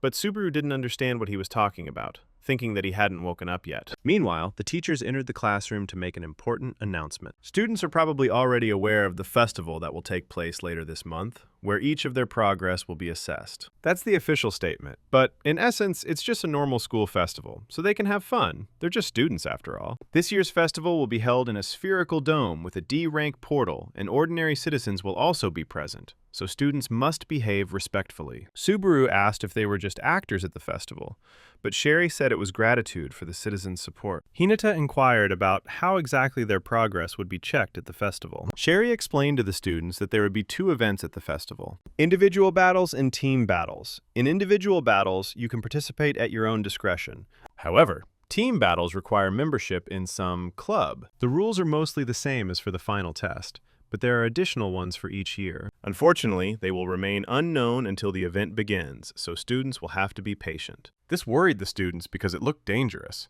but Sherry assured them that everything would be fine. But just like at the final test, there would be security at the festival. Meanwhile, the Magical Item Research Club began its preparations for the festival. Akane was curious to know what exactly they would do at the festival. Mitsudo explained that the use of magic items was allowed for team battles at the festival, so if they could create a strong magic item now, they would have an advantage. They also planned to open a kiosk to raise funds to support the club. Akane asked what they sold last year, and Miho replied that they made yakisoba back then. Their kiosk looked quite interesting, and people were interested in watching the robot cook. However, it eventually exploded and caused a great deal of commotion. Akane noted that her artifact was only good for long-range combat, so she would like to obtain a magical item that would help her fight in close combat. Sachi, despite not being a member of any club, was still with the guys, and Subaru didn't understand why. But Mitsuru suggested that the guys listen to a short lecture on the abilities of magical items for beginners. But first, it would be nice if Hinata called Miss Sherry here. Since they couldn't continue without a promoter, Hinata agreed, and Akane decided to go with him. On the way, Akane seemed to want to talk to him about something, but their dialogue was interrupted by strange screams. Several students from another school seemed to have started a fight right in the academy. Akane noted that these were guys from a military school, and Hinata noticed someone among them who looked like an old acquaintance of hers. The guys seemed to be saying something about the festival and the points that are awarded for participation. It seemed like it was just a verbal conflict. Akane and Hinata couldn't just continue watching it. The girl, along with them, noted that this was too much, but the guy didn't care. He continued to pester the girl, grabbing her by the hair, saying that her actions could harm his reputation. It seemed like he wasn't very keen on her taking part in the festival since she was from Class D. He tried his best to force her to refuse to participate in the festival, but the girl did not want to. This made him even more angry. He didn't understand why she didn't refuse. Did she really need the points at the festival that much? The guy was so angry that he wanted to hit her again. However, at that moment, Hinata intervened and literally slammed the offender face into the ground. The girl was surprised when she saw Hinata and didn't even recognize him right away. The guy he hit wasn't happy about it and asked Hinata who he was to mess with him. He tried to punch him back, but it was no use, and Hinata was able to block his fist. Hinata introduced himself as an acquaintance of the girl he had just hit, and he would like to hear an apology to her. For what he did, the offender did not understand where he got such strength from, because of which he could not even move his hand. However, the girl replied that everything was fine, and besides, it was her problem. She gave him the papers and told him to leave, and if they asked why he was late, to answer that it was because of her. But Hinata wasn't sure that everything would really be okay. But the girl replied that she didn't want to cause a commotion and therefore lose points. Despite this, Hinata didn't quite understand why she was so worried about them. The girl thanked him for his help, noting that he was, as always, fair. Akane, who was watching all this from the side, did not quite understand what kind of relationship Hinata had with this girl, so she decided to ask Hinata what his relationship was with her. Hinata replied that the girl's name was Rin, and they were old acquaintances, just like with Shizuku. Hearing Shizuku's name, Rin wasn't very happy, saying that it seemed like she was working hard as well, calling her stupid. But Hinata didn't quite understand what exactly Rin meant, but he didn't have the opportunity to ask about it. The girl said that it was time for her to leave, and she would be glad to meet him again at the festival. Meanwhile, upon returning to the Magic Item Research Club, Hinata told Sherry about what happened. However, what she was most interested in was whether Hinata had been able to adequately beat up his bullies, to which Subaru replied that it was unlikely that a teacher should say such a thing. Mitsuru noted that they must have been students from the One Military Academy, or Odi Academy for short, since they were the only ones who could study under the outdated point system. The teacher explained to the children that, unlike them, in OD, the class is changed depending on the scores. That's why they try to study harder, and they graduate from the academy with exceptionally talented people. However, the students of this academy do not get along very well with each other. And Akane and Hinata were able to see this for themselves, seeing everything with their own eyes. Sherry noted that even in Deldoris, there are several Audi graduates, and many of them often refuse to work on the team. Some even set each other up to climb to the top. And Mitsuru added that this is precisely why many schools have abandoned such a grading system. As for someone setting someone up for the sake of reaching the top, Akane noted that Valkyrie is no better than them. Sherry asked Hinata if Rin would take part in the festival, since the organizers could also participate in team battles, and she was one of them. In that case, she will be a formidable opponent, because the OD Academy will certainly try by all means to get a victory for the sake of points. Miho said in a confident voice that they would never lose and would definitely win. After all, if they show better results in team battles, their club's funding will increase. However, Hinata didn't quite understand what Miss Sherry meant by formidable opponent. Meanwhile, Rin and Shizuku's paths crossed completely by chance. The atmosphere around them was not the best, and they did not even greet each other. The only thing Rin said then was calling Shizuku a murderer. Looking at her uniform, Shizuku realized that Rin had also entered a military academy, but a different one. Thanks to this, she became even more convinced that she was right. Meanwhile, in the classroom at Odi Academy, the group gathered to discuss the upcoming festival. The guy who had raised his hand to her back then was still angry and wanted to ask her how she dared to humiliate him like that. He wanted to know who the guy who beat him was and whether he was her friend. But Rin continued to ignore him, and in response to this, he decided to hit her again. But this time, she strangely dodged. Moreover, she was able to strike back with ease, as if slowing down time. It did seem strange, but Rin only said that it was because he hit her earlier. One of the guys from the group noted that the girl had been pretending before and had not dodged the blow on purpose. Otherwise, how could a person like her, who could dodge any attack, trip and scatter papers? But Rin only replied that she simply saw the person she had long wanted to see. Besides, when it comes to a person you care about, you always want to show your weak side. She also noted that she was pleasantly surprised because back then, Hinata was quite strong and cool. The girl sitting next to them didn't understand what they were talking about, since Rin was only from Class D. However, this was not entirely true. She had recently transferred to a new academy, so due to her lack of points, she was placed in Class D. This girl is Takamine Rin, a former student of Class A at OZ Academy who owns a 4-star artifact. Meanwhile, at the Valkyrie Academy, everything went on as usual. Hinata continued to work hard to hone his artifact skills, but now with the help of Sherry. Sachi always felt like his aura changed every time they met, and this time it was nothing like before. Hinata had been honing every single one of his suits, including the Wrath suit, which he seemed to have completely mastered. His next training step was to hit as hard as possible without using any other skills. Hinata managed to score 1,258 points, and Sherry noted that with such immense power, he could finish off a D-rank enemy with one hit. Thanks to these trainings, Sherry was able to find out the rank of Hinata's artifact, and based on the data, its current rank is 3 stars. Akane couldn't believe it, saying he should have at least 4, if only because of his crazy sideways jumps. But Sherry replied that although his speed was truly impressive, his artifact rank was only 3 stars. Subaru was also surprised, because his artifact was of the same rank, and also began to think that such an assessment was not entirely accurate, while Akane's artifact rank was only 2 stars. Sachi, on the other hand, agreed with the ranking system since she possessed a 4-star artifact, but Akane denied it, saying that she could really defeat Hinata now. She replied that Akane was right. If she fought him now, she would most likely lose, but the artifacts were not valued by defeating her. Miss Cherie added that the artifacts were created not to fight each other, but to prevent disasters caused by beings from other dimensions. What matters is how effective they are against these creatures, not against humans, and this determines the rank of the artifact. Hinata's artifact rating is so low. However, for Hinata's artifact, rank has no meaning. Sherry noted that Hinata's suit most likely replenishes its energy through stamina, and Hinata responded that it did. In that case, he should focus on developing endurance, which will help him prevent what happened recently. Hinata completely agreed with her, because the basic characteristics for the new suit were indeed lacking. To become even stronger and more resilient, Hinata will have to train a lot. For example, running 5,000 laps around the field, which Subaru considered crazy, thinking that Hinata would die faster that way. Before continuing training, Hinata would like to discuss one more thing regarding the unique technique, such as the finishing blow. Sherry told him that usually the artifact uses its inherent properties, as Nanashi had already said. In Hinata's case, he needs a technique that releases all of his accumulated power in one strike. Something like the Fist of Fury technique he got after unlocking the Fury suit. However, he wasn't sure if it was worth using, as he could only make a couple of hits.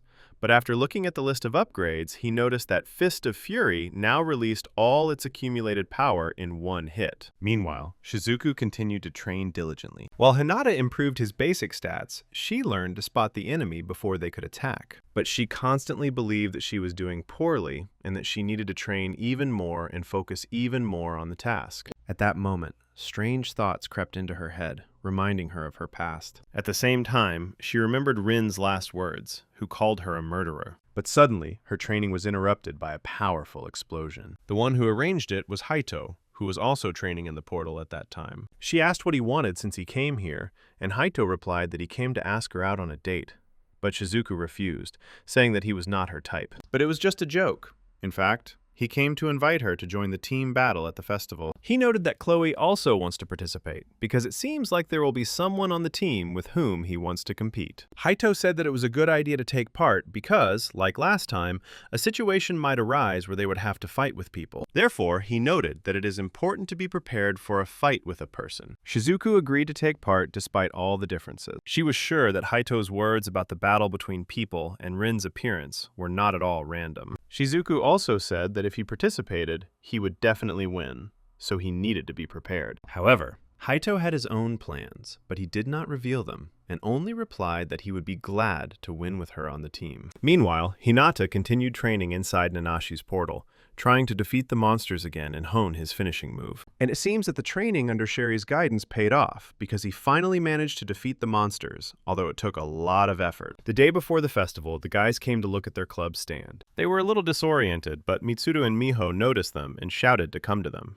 Akane noted that they really chose a great location at the festival, but this place became available thanks to Miss Sherry's connections. Mitsuru was surprised when he didn't see Sachi with them and asked where she was. Subaru replied that since she wasn't a member of their club, she said she would focus on tasting the treats. In any case, the festival will take place tomorrow, and this year the Valkyrie, Odin, and Thor academies will join forces. Team battles will take place on the first day, and individual battles on the second. Sherry told the kids that the rules for team battles were on the printout they had been given yesterday, so it would be a good idea to review them. A team of 4 must collect as many crystals as possible and place them in a magical item to earn points. The team with the most points wins, so they will also have to compete against other teams. Each team member will have bracelets on their arms and legs. These are some kind of magical objects, each weighing 30 kilograms, and one of the team members must guard the capsule. The rest will attach 2 balls to their bodies, which will be their main weapons. Each time the balloon bursts, the bracelets increase their weight by 5 kilograms. Subaru asked if it was acceptable for them to have 30 kilograms on their arms and legs. It would be impossible to move with that kind of weight. Sherry added that if both of their balloons burst, they would be disqualified and would have to leave the portal immediately. Mitsuru noted that they first needed to deal with the opposing team's balls, and then with the capsule. Some teams will likely be eager to fight, so if a representative fails to defend the capsule, the team is finished. Sherry also told them that to avoid this, the strongest member of the team should become the representative. The clear favorite for this place, of course, was none other than Hinata. On the day of the festival, the square looked very lively. The number of people was simply incredible.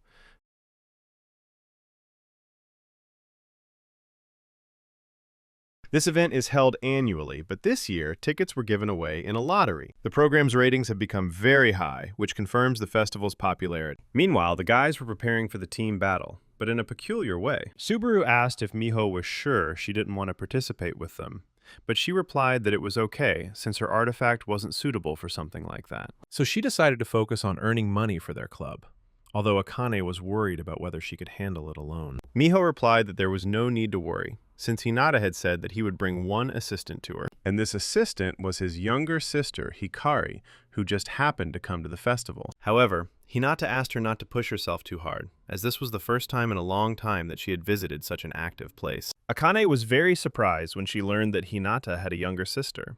He replied that it was true, but she had just spent some time in the hospital. But despite this, she would soon recover, and the doctors were not against letting her go. Meanwhile, the team battles were announced to begin soon, and the students were asked to gather at the entrance to the portal. Hinata apologized to Hikari for not having time to talk because they had to go.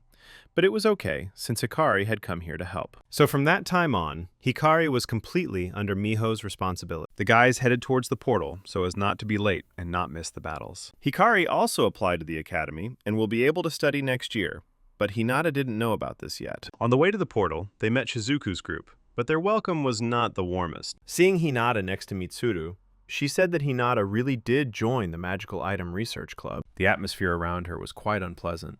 But Hinata asked if she would participate in the team battle. Shizuku replied that yes, she was invited, and if she participated, she would definitely win. Even though it's just a regular festival, why not show off your skills again? Her behavior made the boys even more angry, and they didn't understand why she was acting with them as if they had already lost. But Shizuku only replied that they had no chance, and she truly felt sorry for Mitsuru for his team. Mitsuru replied that this was not the case, because in a team battle, it was not only strength that was important. First and foremost, it was a test of trust between team members. And since their captain is a good and reliable man, he is confident that their strength will exceed all her expectations. However, Shizuku had a completely different opinion, stating that the only thing that was important was a reliable force that would not drag the team down. At this time, Miss Sherry announced the start of tag team battles, and most were surprised to learn that she had actually retired. She also said that even though it is a festival, one should not forget about safety. So in an emergency, participants can rely on Deldoras. They have neutralized the portal's bosses, so it is important for the participants not to damage its base. Participants will have an hour, and for the first 10 minutes, combat between teams is prohibited, as is killing. They only need to destroy the opponent's balls. If they cause serious injury to anyone, they will be disqualified. So you have to fight smart. Now that everyone understands everything, there is no point in delaying anyone. It's time to get started. After this, all teams rushed into the portal to take advantageous positions as quickly as possible. It was just a D-rank portal called Giant Branch Forest, so defeating the local monsters wasn't difficult for the boys. Besides, thanks to Hinata's suit, he seemed to be able to handle the task alone. However, the suit still drained him greatly, and he couldn't use it for long. Mitsuru asked what the situation was like, and Hinata replied that there was no one around, but they should remain vigilant. 10 minutes have passed since entering the portal, and now a collision with other participants may occur. In team battles, it's best to avoid clashes and instead focus on collecting magic crystals. The guys wanted to believe that they would be able to get through this festival peacefully. However, at that moment, the ball on Akane's right hand burst. Someone shot at him from a very long distance. These were the guys from the One Academy, who were targeting not only the team, but also Hinata. The spectators were delighted that after 10 minutes, one of the teams was already attacking the other. Sherry wasn't thrilled, reminding them that she'd asked them to be more careful. But Jean pointed out that there was nothing they could do about it. Hinata was unable to react to the attack, meaning they were in possession of some sort of artifact. Teacher Gonzo also noted that it was truly impressive. The shooter was Hanasaki Reiko from Class B of the Academy 1. She was quite accurate, and her artifact did not even make a sound. She was truly a silent sniper. Sherry noted that it seemed like the students at this academy specialized in combat abilities, but now Hinata and the others understood their situation. Meanwhile, Jin continued to monitor the situation to ensure that no incidents occurred. He had to be sure that something like what happened at the re-exam would not happen again. But something was bothering him, and his worries turned out to be justified.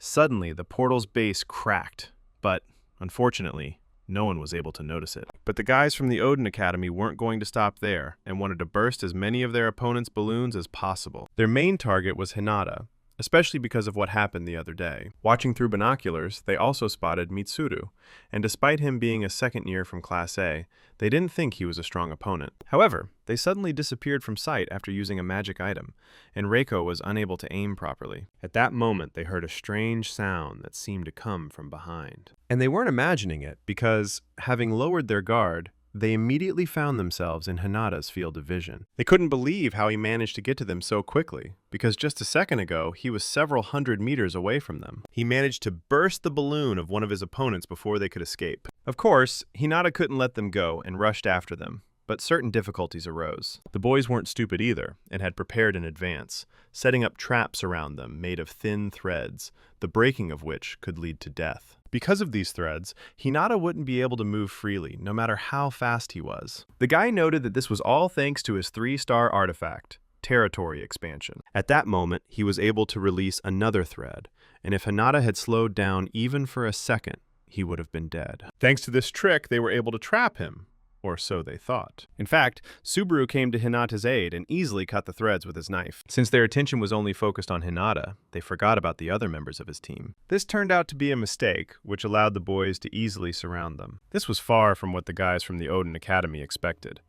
They didn't think that their opponents would have an artifact capable of cutting such invisible threads. However, except for Mitsura, everyone was sure that he was somewhere nearby, although Hinata did not know where he was. Mitsuru, meanwhile, was fighting another member of the Odin Academy, asking the others to trust him. Therefore, it was now important for the boys to complete their task without losing the ball. Hinata noted that since these were the students from the One Academy, whom he had seen before, then Rin should be somewhere here too. At first, he thought she would fight Mitsura, but he was sure she was nearby, even though he couldn't sense her presence. And his suspicions were correct. Rin was right behind him. He was only able to notice her at the last minute, and it seemed that she knew about his attention. She immediately attacked Subaru, bursting 2 of his balloons at once and thus disqualifying him. No one had time to understand what had happened, but Rin only said that in the end, it was all a competition. Hinata didn't expect Rin to appear so suddenly, and with such an attack. Akane threw a magical item at the boys, which was a kind of smoke grenade, to buy them time to regroup. While the enemies were letting their guard down, Hinata grabbed Akane and started running. Akane didn't understand why he was running away, but Hinata replied that it was important for them to increase their distance now. Besides, without Subaru's artifact, he wouldn't have been able to deal with that guy's artifact. Hinata acted rather carelessly when he launched his attack, but he didn't understand how Rin was able to get so close to them. Rin was also impressed, as she tried to hide her presence, but Hinata still sensed her. Subaru asked if the knife was her artifact, to which Rin replied that it was not. This knife wasn't even capable of cutting through a normal school uniform,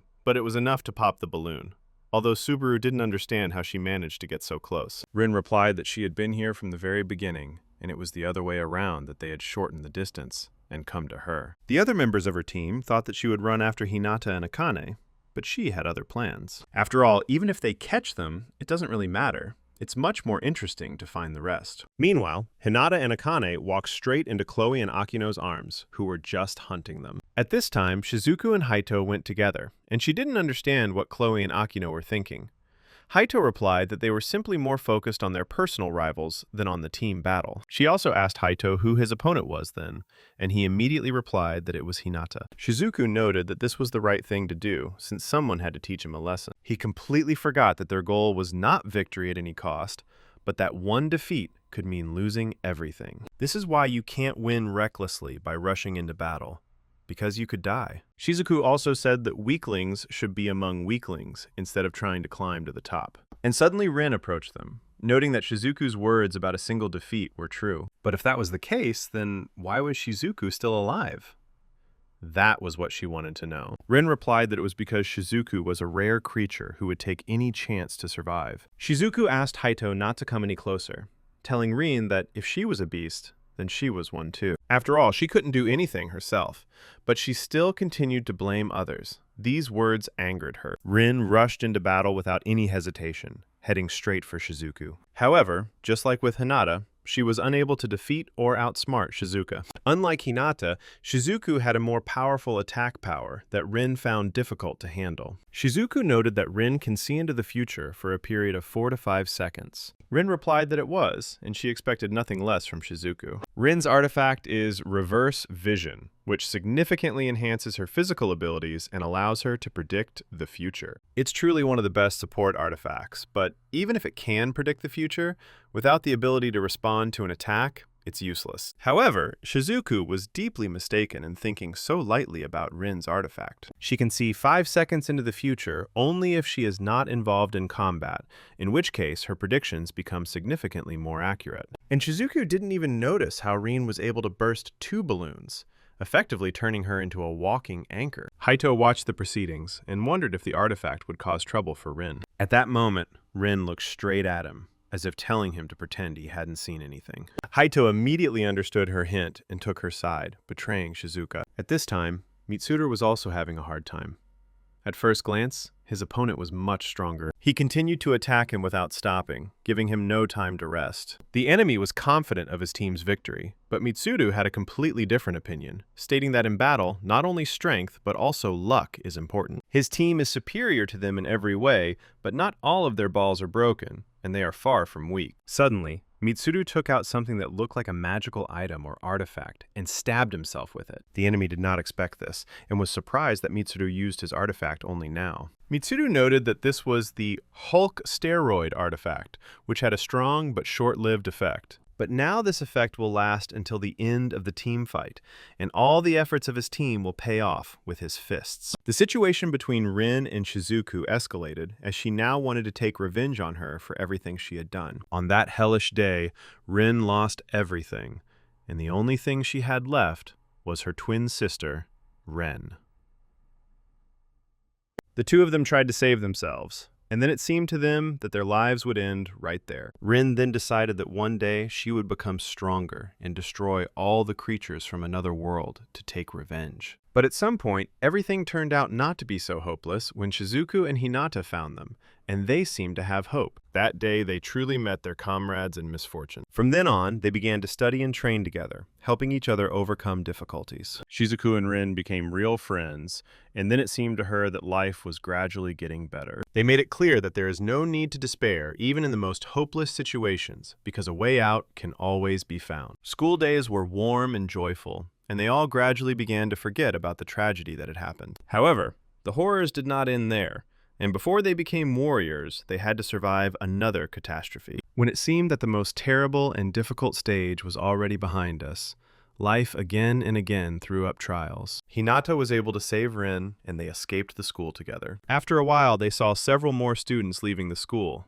but neither Rin nor Shizuku were among them. And then, from behind the smoke, Shizuku's silhouette began to emerge, but Ren was not with her. The other children suddenly started blaming Shizuka for everything, saying that she sacrificed everyone to save herself. They screamed that it was she who pushed other children into the arms of monsters. From then on, everyone started to hate her. But Rin still didn't understand where her sister was. She refused to believe the other children's words, considering them lies, and asked Shizuku where Ren was. Shizuku didn't know how to answer, so she simply told the truth. Ren was dead. That day, Rin lost everything.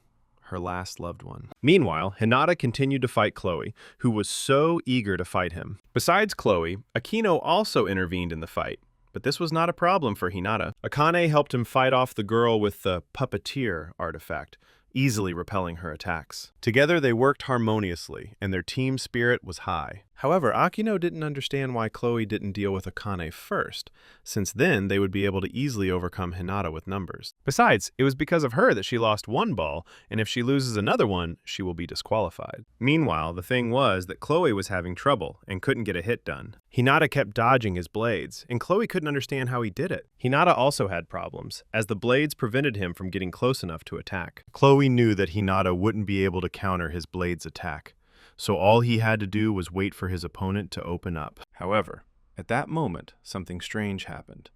The world around began to distort, as if the portal was starting to close. Nanashi noticed these changes, saying that it was too early for the portal to close, since the stage was not yet complete. Shizuku also felt this strange sensation, but she still didn't understand what was happening. Rin seemed to know something, but didn't say anything, only noting that from this moment on, Shizuku would be in big trouble. At that moment, Haito exploded his balls, and due to their weight, Shizuku was unable to move. She didn't understand why he betrayed her, because at first glance, he seemed like an ordinary guy. Rin noted that they might be mistaken for accomplices, so it might be best for her to leave. But Shizuku didn't want to let her go, and demanded to know what she was going to do. Rin replied that she wasn't going to do anything herself. Haito would do everything for her. He came close enough to her, but Shizuku managed to react and fight back, despite the weight. Haito had expected this, so he had prepared another plan in advance. He had planted an invisible explosive on the balloon of each of the team members. When they all exploded, Shizuku was no longer able to move, as if she was chained to the ground. She understood exactly what he had done, so she asked him what he was planning. Haito replied that he simply blew up Akino and Chloe's balloons with his snake bomb, which is hard to spot if it's well hidden. None of the guys expected this, and they were extremely shocked. However, he did this not only to defeat them, but also to weaken Shizuka. In the end, he was going to take her artifact in the same way that the artifact was taken from Sherry. Shizuku was surprised to realize that it was the same dart that had been aimed at Sherry back then. But Haito said that she shouldn't be so surprised, since there were already bad rumors about him. He added that she must have understood the risks when she allowed him to get so close. Haito also admitted that he had been a member of Nibelheim long before entering the academy. He explained that it was best to steal the artifact before it grew, which is why he was sent here to cover all traces of the festival. That was their plan from the start, and it looks like they've succeeded. Shizuku thought that Rin was involved in this too, but she just said that it had nothing to do with it. She was just a victim who would abandon her and run away. She added that it was like when Shizuku abandoned Rin. Rin also warned that there was no need to expect help, since the others were now in the epicenter of a huge monster outbreak. No one understood what had happened, but one thing was clear.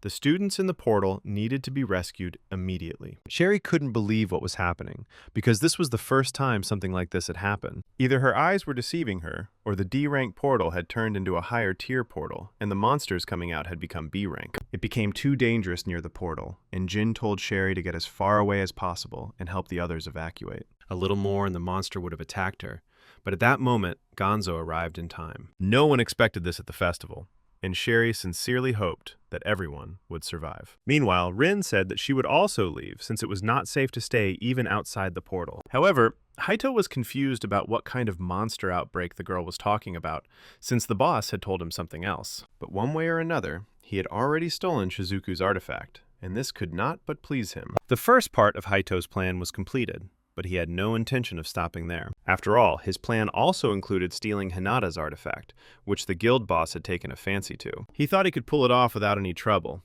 but then everything went wrong. A monster suddenly appeared and attacked him, causing him to drop Shizuku's artifact, which landed right at her feet. Haito didn't understand where the monster got such strength from, because even as a cub, he was a B rank, and he appeared in a D rank portal. At that moment, the head of Nibelheim informed him that the plan was changing and that he needed to leave immediately. Haito didn't want to retreat because they had prepared for so long, but the boss ordered him to leave immediately if he didn't want to die. In the end, Haito decided to retreat, telling Shizuku that he didn't intend to kill her, but it seemed her luck had run out. He used a shadow trick to instantly leave the portal. At this time, Shizuku tried to get her artifact back, but it was useless. Besides, the monster was already standing right in front of her, and it seemed to her that this was the end. She thought that perhaps this was payback for that day and her obsession with power. Shizuku was in despair, and it looked like she wouldn't be able to keep the promise she made to Ren. And when it seemed that everything was over, at that moment, Hinata appeared and repelled the monster's attack. Shizuku was shocked to see him, not understanding what he was doing there. Suddenly, Akino's toy, which helps them find each other, came out of her pocket. Hinata said that Chloe gave him this toy, adding that it would help find her. However, Shizuku didn't understand why he came and not Chloe or Akino. Hinata explained that at first they didn't understand anything either and didn't know what to do. Akane said that enemies like these usually appear in B rank portals, but they are in D rank. Hinata noted that in that case, they had better get out of here as quickly as possible. Then Chloe gave him this toy, saying that it would help find Shizuku. He noted that if he or Aquino ran, it would take too long. But Akane didn't understand his intentions and thought that they were hiding something.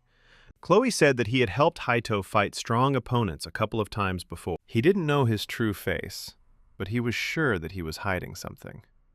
And he was right. Their suddenly bursting balloons were proof of that, and it looked like he was now targeting Shizuka. Akane didn't agree with them and didn't understand why they had to save her. Despite this, Chloe asked Hinata to do it, and in the meantime, they would take her out of the portal. Hinata asked him if he wasn't on Haito's side since he helped him. Chloe replied that he didn't care about the others because people thought he was a jerk and a bully and spread bad rumors about him. However, he has never been one to abandon his comrades in trouble so easily, so he asks Hinata for help. After that, Hinata rushed to look for Shizuku and, fortunately, made it in time. But Shizuku didn't understand why he was doing this and told him to run away because he could die at the hands of the monster. However, Hinata had no plans to leave, much less give up. Shizuku looked at this and wondered whether Hinata was either too stupid or overestimating his strength, and shouted at him to leave. But Hinata said that he would not run away, and would fight to the end. He always regretted that day and asked himself why he didn't come back for her and Ren himself. He didn't know what happened back then,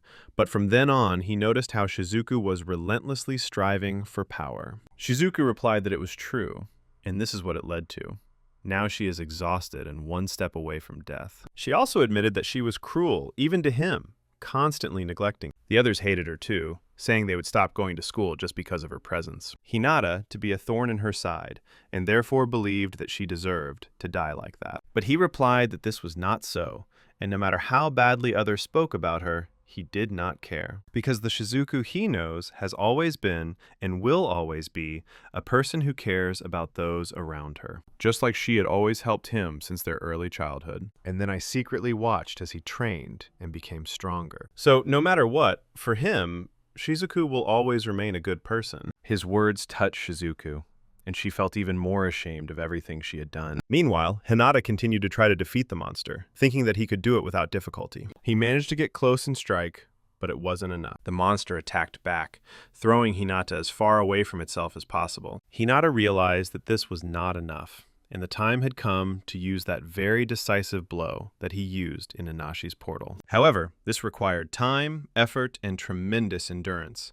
But Hinata was willing to sacrifice it. To deliver the most powerful blow possible, he needed to accumulate maximum force by pushing off the ground faster and faster. Using acceleration, he had to accelerate all his power and then strike straight at the monster. And he succeeded. Hinata was able to accumulate and concentrate a huge amount of power. He charged at the monster, and Shizuku thought he was going to die.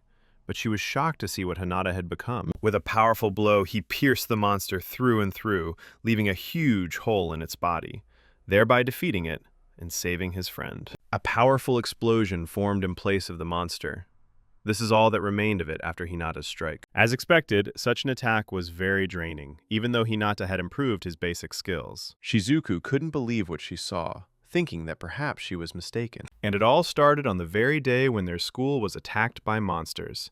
The day of a great catastrophe. Then Shizuku took on the role of leader and ordered the children to quickly turn over their desks and barricade themselves. They managed to build a small wall to protect themselves from the monsters. Shizuku told the others not to move or make any unnecessary noise under any circumstances. And some didn't understand why they couldn't just up and run away as quickly as possible. Shizuku explained to them that these monsters only react to movement, so it was better for them to sit there in silence. She also noted that these monsters have poor eyesight and learned about this from books. However, the girl found this strange because she didn't have any artifact for battle, so why would she know about such a thing? Rin doubted her plan, but she was still more inclined to think that they should run away as quickly as possible. But Shizuku convinced her, saying that it was better to wait because someone should come for them. At some point, one of the monsters noticed them and began to dismantle the barricade. One of the girls got very scared and ran wherever her eyes looked. The monster immediately reacted and rushed at her, but Shizuku jumped on it and saved her classmate. Despite her request that no one move, everyone rushed to the exit. At that moment, the creature grabbed Shizuku, and she thought that she was about to die. However, the monster threw her, and she fell right into the running girls. Shizuku continued to shout at the others not to move, otherwise they would not survive. But one of the girls kicked her under the monster's feet in order to escape with her friend. Shizuku felt like it was all over for her, and the monsters were about to kill her. However, at the moment she was attacked, Rin jumped in front of the attack, saving her friend. Shizuku couldn't believe that one of her best friends had died right before her eyes. While the other children ran away, she was in a state of shock and couldn't even move. She didn't understand why Rin did this, but she asked her to promise to become stronger and someday kill all the monsters from the other world. At that time, Shizuku didn't know whose fault it was for what happened. Perhaps those who ran away. But then she realized that everyone was desperately trying to survive, and she herself expected the same. So Shizuku decided that it was only her fault that she had hoped for help from people like them. And also in her weakness, because even now she turned out to be useless. Hinata asked if she was the one who said that weakness only hinders them. But back then, at school, it seemed like everyone was weak. So did she really mean to say that Ren was weak too? His words made her even more emotional, and she replied that this was not so. After all, in reality, neither Rin, nor he, nor Rin were ever weaklings. They continued to fight until the last, as long as they had strength left. Then Shizuku realized that she had been deeply mistaken all this time, and she felt sincerely sorry. However, Hinata said that they should hurry and get out of here, because he himself does not understand what is happening now. Shizuku was exhausted, lost her artifact, and could not move. Hinata understood everything and told her to climb on his back so that they could get to the exit together. She asked if it would be difficult for him, since he had changed his suit again. Hinata replied that even so, he would still continue to protect her. Along the way, Shizuku admitted that she had been disappointed in him from the very beginning, without knowing why. Perhaps because she had high expectations, and she also thought he was a fool since he was always getting into fights. Hinata agreed, saying that she was right. He was just much more stubborn than she thought. Suddenly, a monster appeared in front of them, and in their condition, it would have been extremely difficult to deal with. But at that very moment, Mitsuru jumped out of the forest and killed the monster with one blow. Hinata and Shizuku were surprised, and at the same time glad that he arrived on time. Meanwhile, the Deldoras continued the evacuation, and fortunately, almost no one was injured. Hinata and Shizuku also got out of the portal, albeit with great difficulty. Chloe noted that they arrived just in time, as he had expected, since Hinata had not let him down. However, Hinata replied that he would still argue that they made it on time. Chloe didn't understand what he was talking about, and asked him again what he meant. Then Shizuku showed the artifact, which was now trapped in a cube, and it became clear to everyone. Chloe's fears were confirmed, and he understood why Haito hadn't fought back then. Shizuku thanked Chloe and Akino for their help, because without them, she would have already died. Chloe replied that everything was fine, especially since he himself was in her debt. Hinata and Shizuku returned from the portal, and Akane was alarmed when she didn't see Mitsuru with them. Hinata explained that he was okay, and thanks to Mitsuru, he and Shizuku were able to get out. He is currently in the medical bay, as he lost consciousness immediately after leaving. Subaru called him a bungler because he fainted as soon as he returned. But Hinata asked him not to talk about Mitsuru like that, because he was much stronger than he seemed. If it weren't for his power, it's unknown if they would have been able to get out of the portal alive. Hinata noted that Mitsuri was such a good guy that he almost cried. His artifact turned out to be so powerful that he was able to break the bracelets without any difficulty. Maho joined them and said that the relic of their club president was very powerful, but it could only be used for a short time. Hikari and Sherry also came with Maho, and they were glad to see that the boys were okay. Sherry noted that outside the dome, not many people were injured, thanks to the prompt action. The portal was located right where most of the Deldoras Guild was located. However, there were no exact reasons for what happened, and no one could determine them. It was only clear that such a precedent had never happened before. Hikari was happy to see Shizuku, saying that she had changed a lot since their last meeting and had become unusually strong. Shizuku thanked her, adding that after such a battle, she could use some rest. Sherry asked if Shizuku was planning to go to Nibelheim. This was true because she did not know how to return the artifact and believed that the answer could only be found there. Miss Sherry was surprised to learn that Haito was from Nibelheim, as that meant that the Thieves Guild had now infiltrated the academy as well. Shizuku said that they had completely different plans, and they themselves had no idea that everything would turn out this way. However, the only one who could have known this in advance was most likely Rin. Shizuku realized that since Rin could predict the future, she knew for sure that Hinata would come to save her. But even so, she didn't understand what exactly Rin had in mind. Only one thing was clear. This was only the beginning. Sherry also asked if the boys had managed to retrieve the weapon that Haito had used to take the relic. But unfortunately, Haito dropped it when he was attacked, and there was no time to look for it. Haito had managed to take the magical weapon with which he had stolen the artifact with him. However, if they find it, they will be able to quickly return the sealed artifacts. If everything goes well, Shizuku and Hinata will get their artifacts back. Hinata's artifact, Sherry was referring to the, quote, shield artifact that belonged to his father. And whether to use it or not is up to Hinata himself and no one else. Meanwhile, the internet continued to buzz with discussion about the incident, and many heard for the first time about an organization called Nibelheim. After the portal core was destroyed, it was immediately closed, and the military festival was, of course, cancelled. Hinata initially believed that Nibelheim was behind it, but something much stranger was going on. Nanashi noted that the portal had entered its second phase, and such incidents would continue to occur indefinitely in the future. Over time, increasingly dangerous portals will begin to appear, significantly more complex than those that came before. Hinata asked her how she knew this, but Nanashi replied that she couldn't say, because if she told, they would see it. And this made Hinata have even more questions. Meanwhile, Nanashi opened another portal, and Hinata received the key to the truth. allowing him to enter the test portal under the code word Veritas. Nanashi, without really explaining anything, said that there was almost no time left, and she would wait for him at the farthest point. When he gets to her, she will explain everything, and if it turns out to be true, he will then be able to find her. Until then, she will wait impatiently for him and hope that she was not mistaken. The next morning, Hinata went to the academy and was surprised when he noticed Akane and Subaru in the crowd of students. The reason for this overcrowding was the emergence of many new internship programs.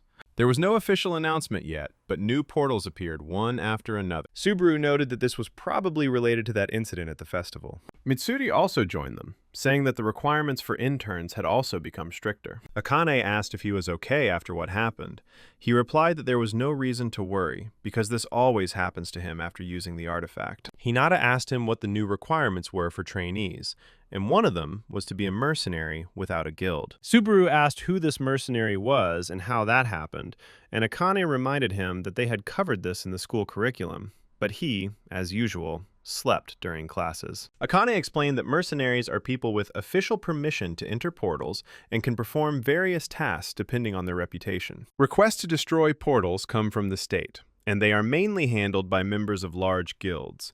But the number of new portals has already exceeded the guild's capabilities. That's why students are now called mercenaries without guilds. Also, if they complete a C rank or higher portal destruction internship, they can receive official approval before graduation, like he did. Hinata noticed that most of the requests came from the Phoenix Guild. Mitsuri replied that, in that case, they deal with most of the portals, which is not surprising since they are an S-rank guild. Hinata had her own scores to settle with the Phoenix Guild, namely Genji. He didn't understand how they had so many participants to handle so many requests at once. Shizuku's school life changed a lot. Her classmates started to discuss her right in front of her, reminding her every time that she could no longer use the artifact. They didn't understand why she hadn't dropped out yet.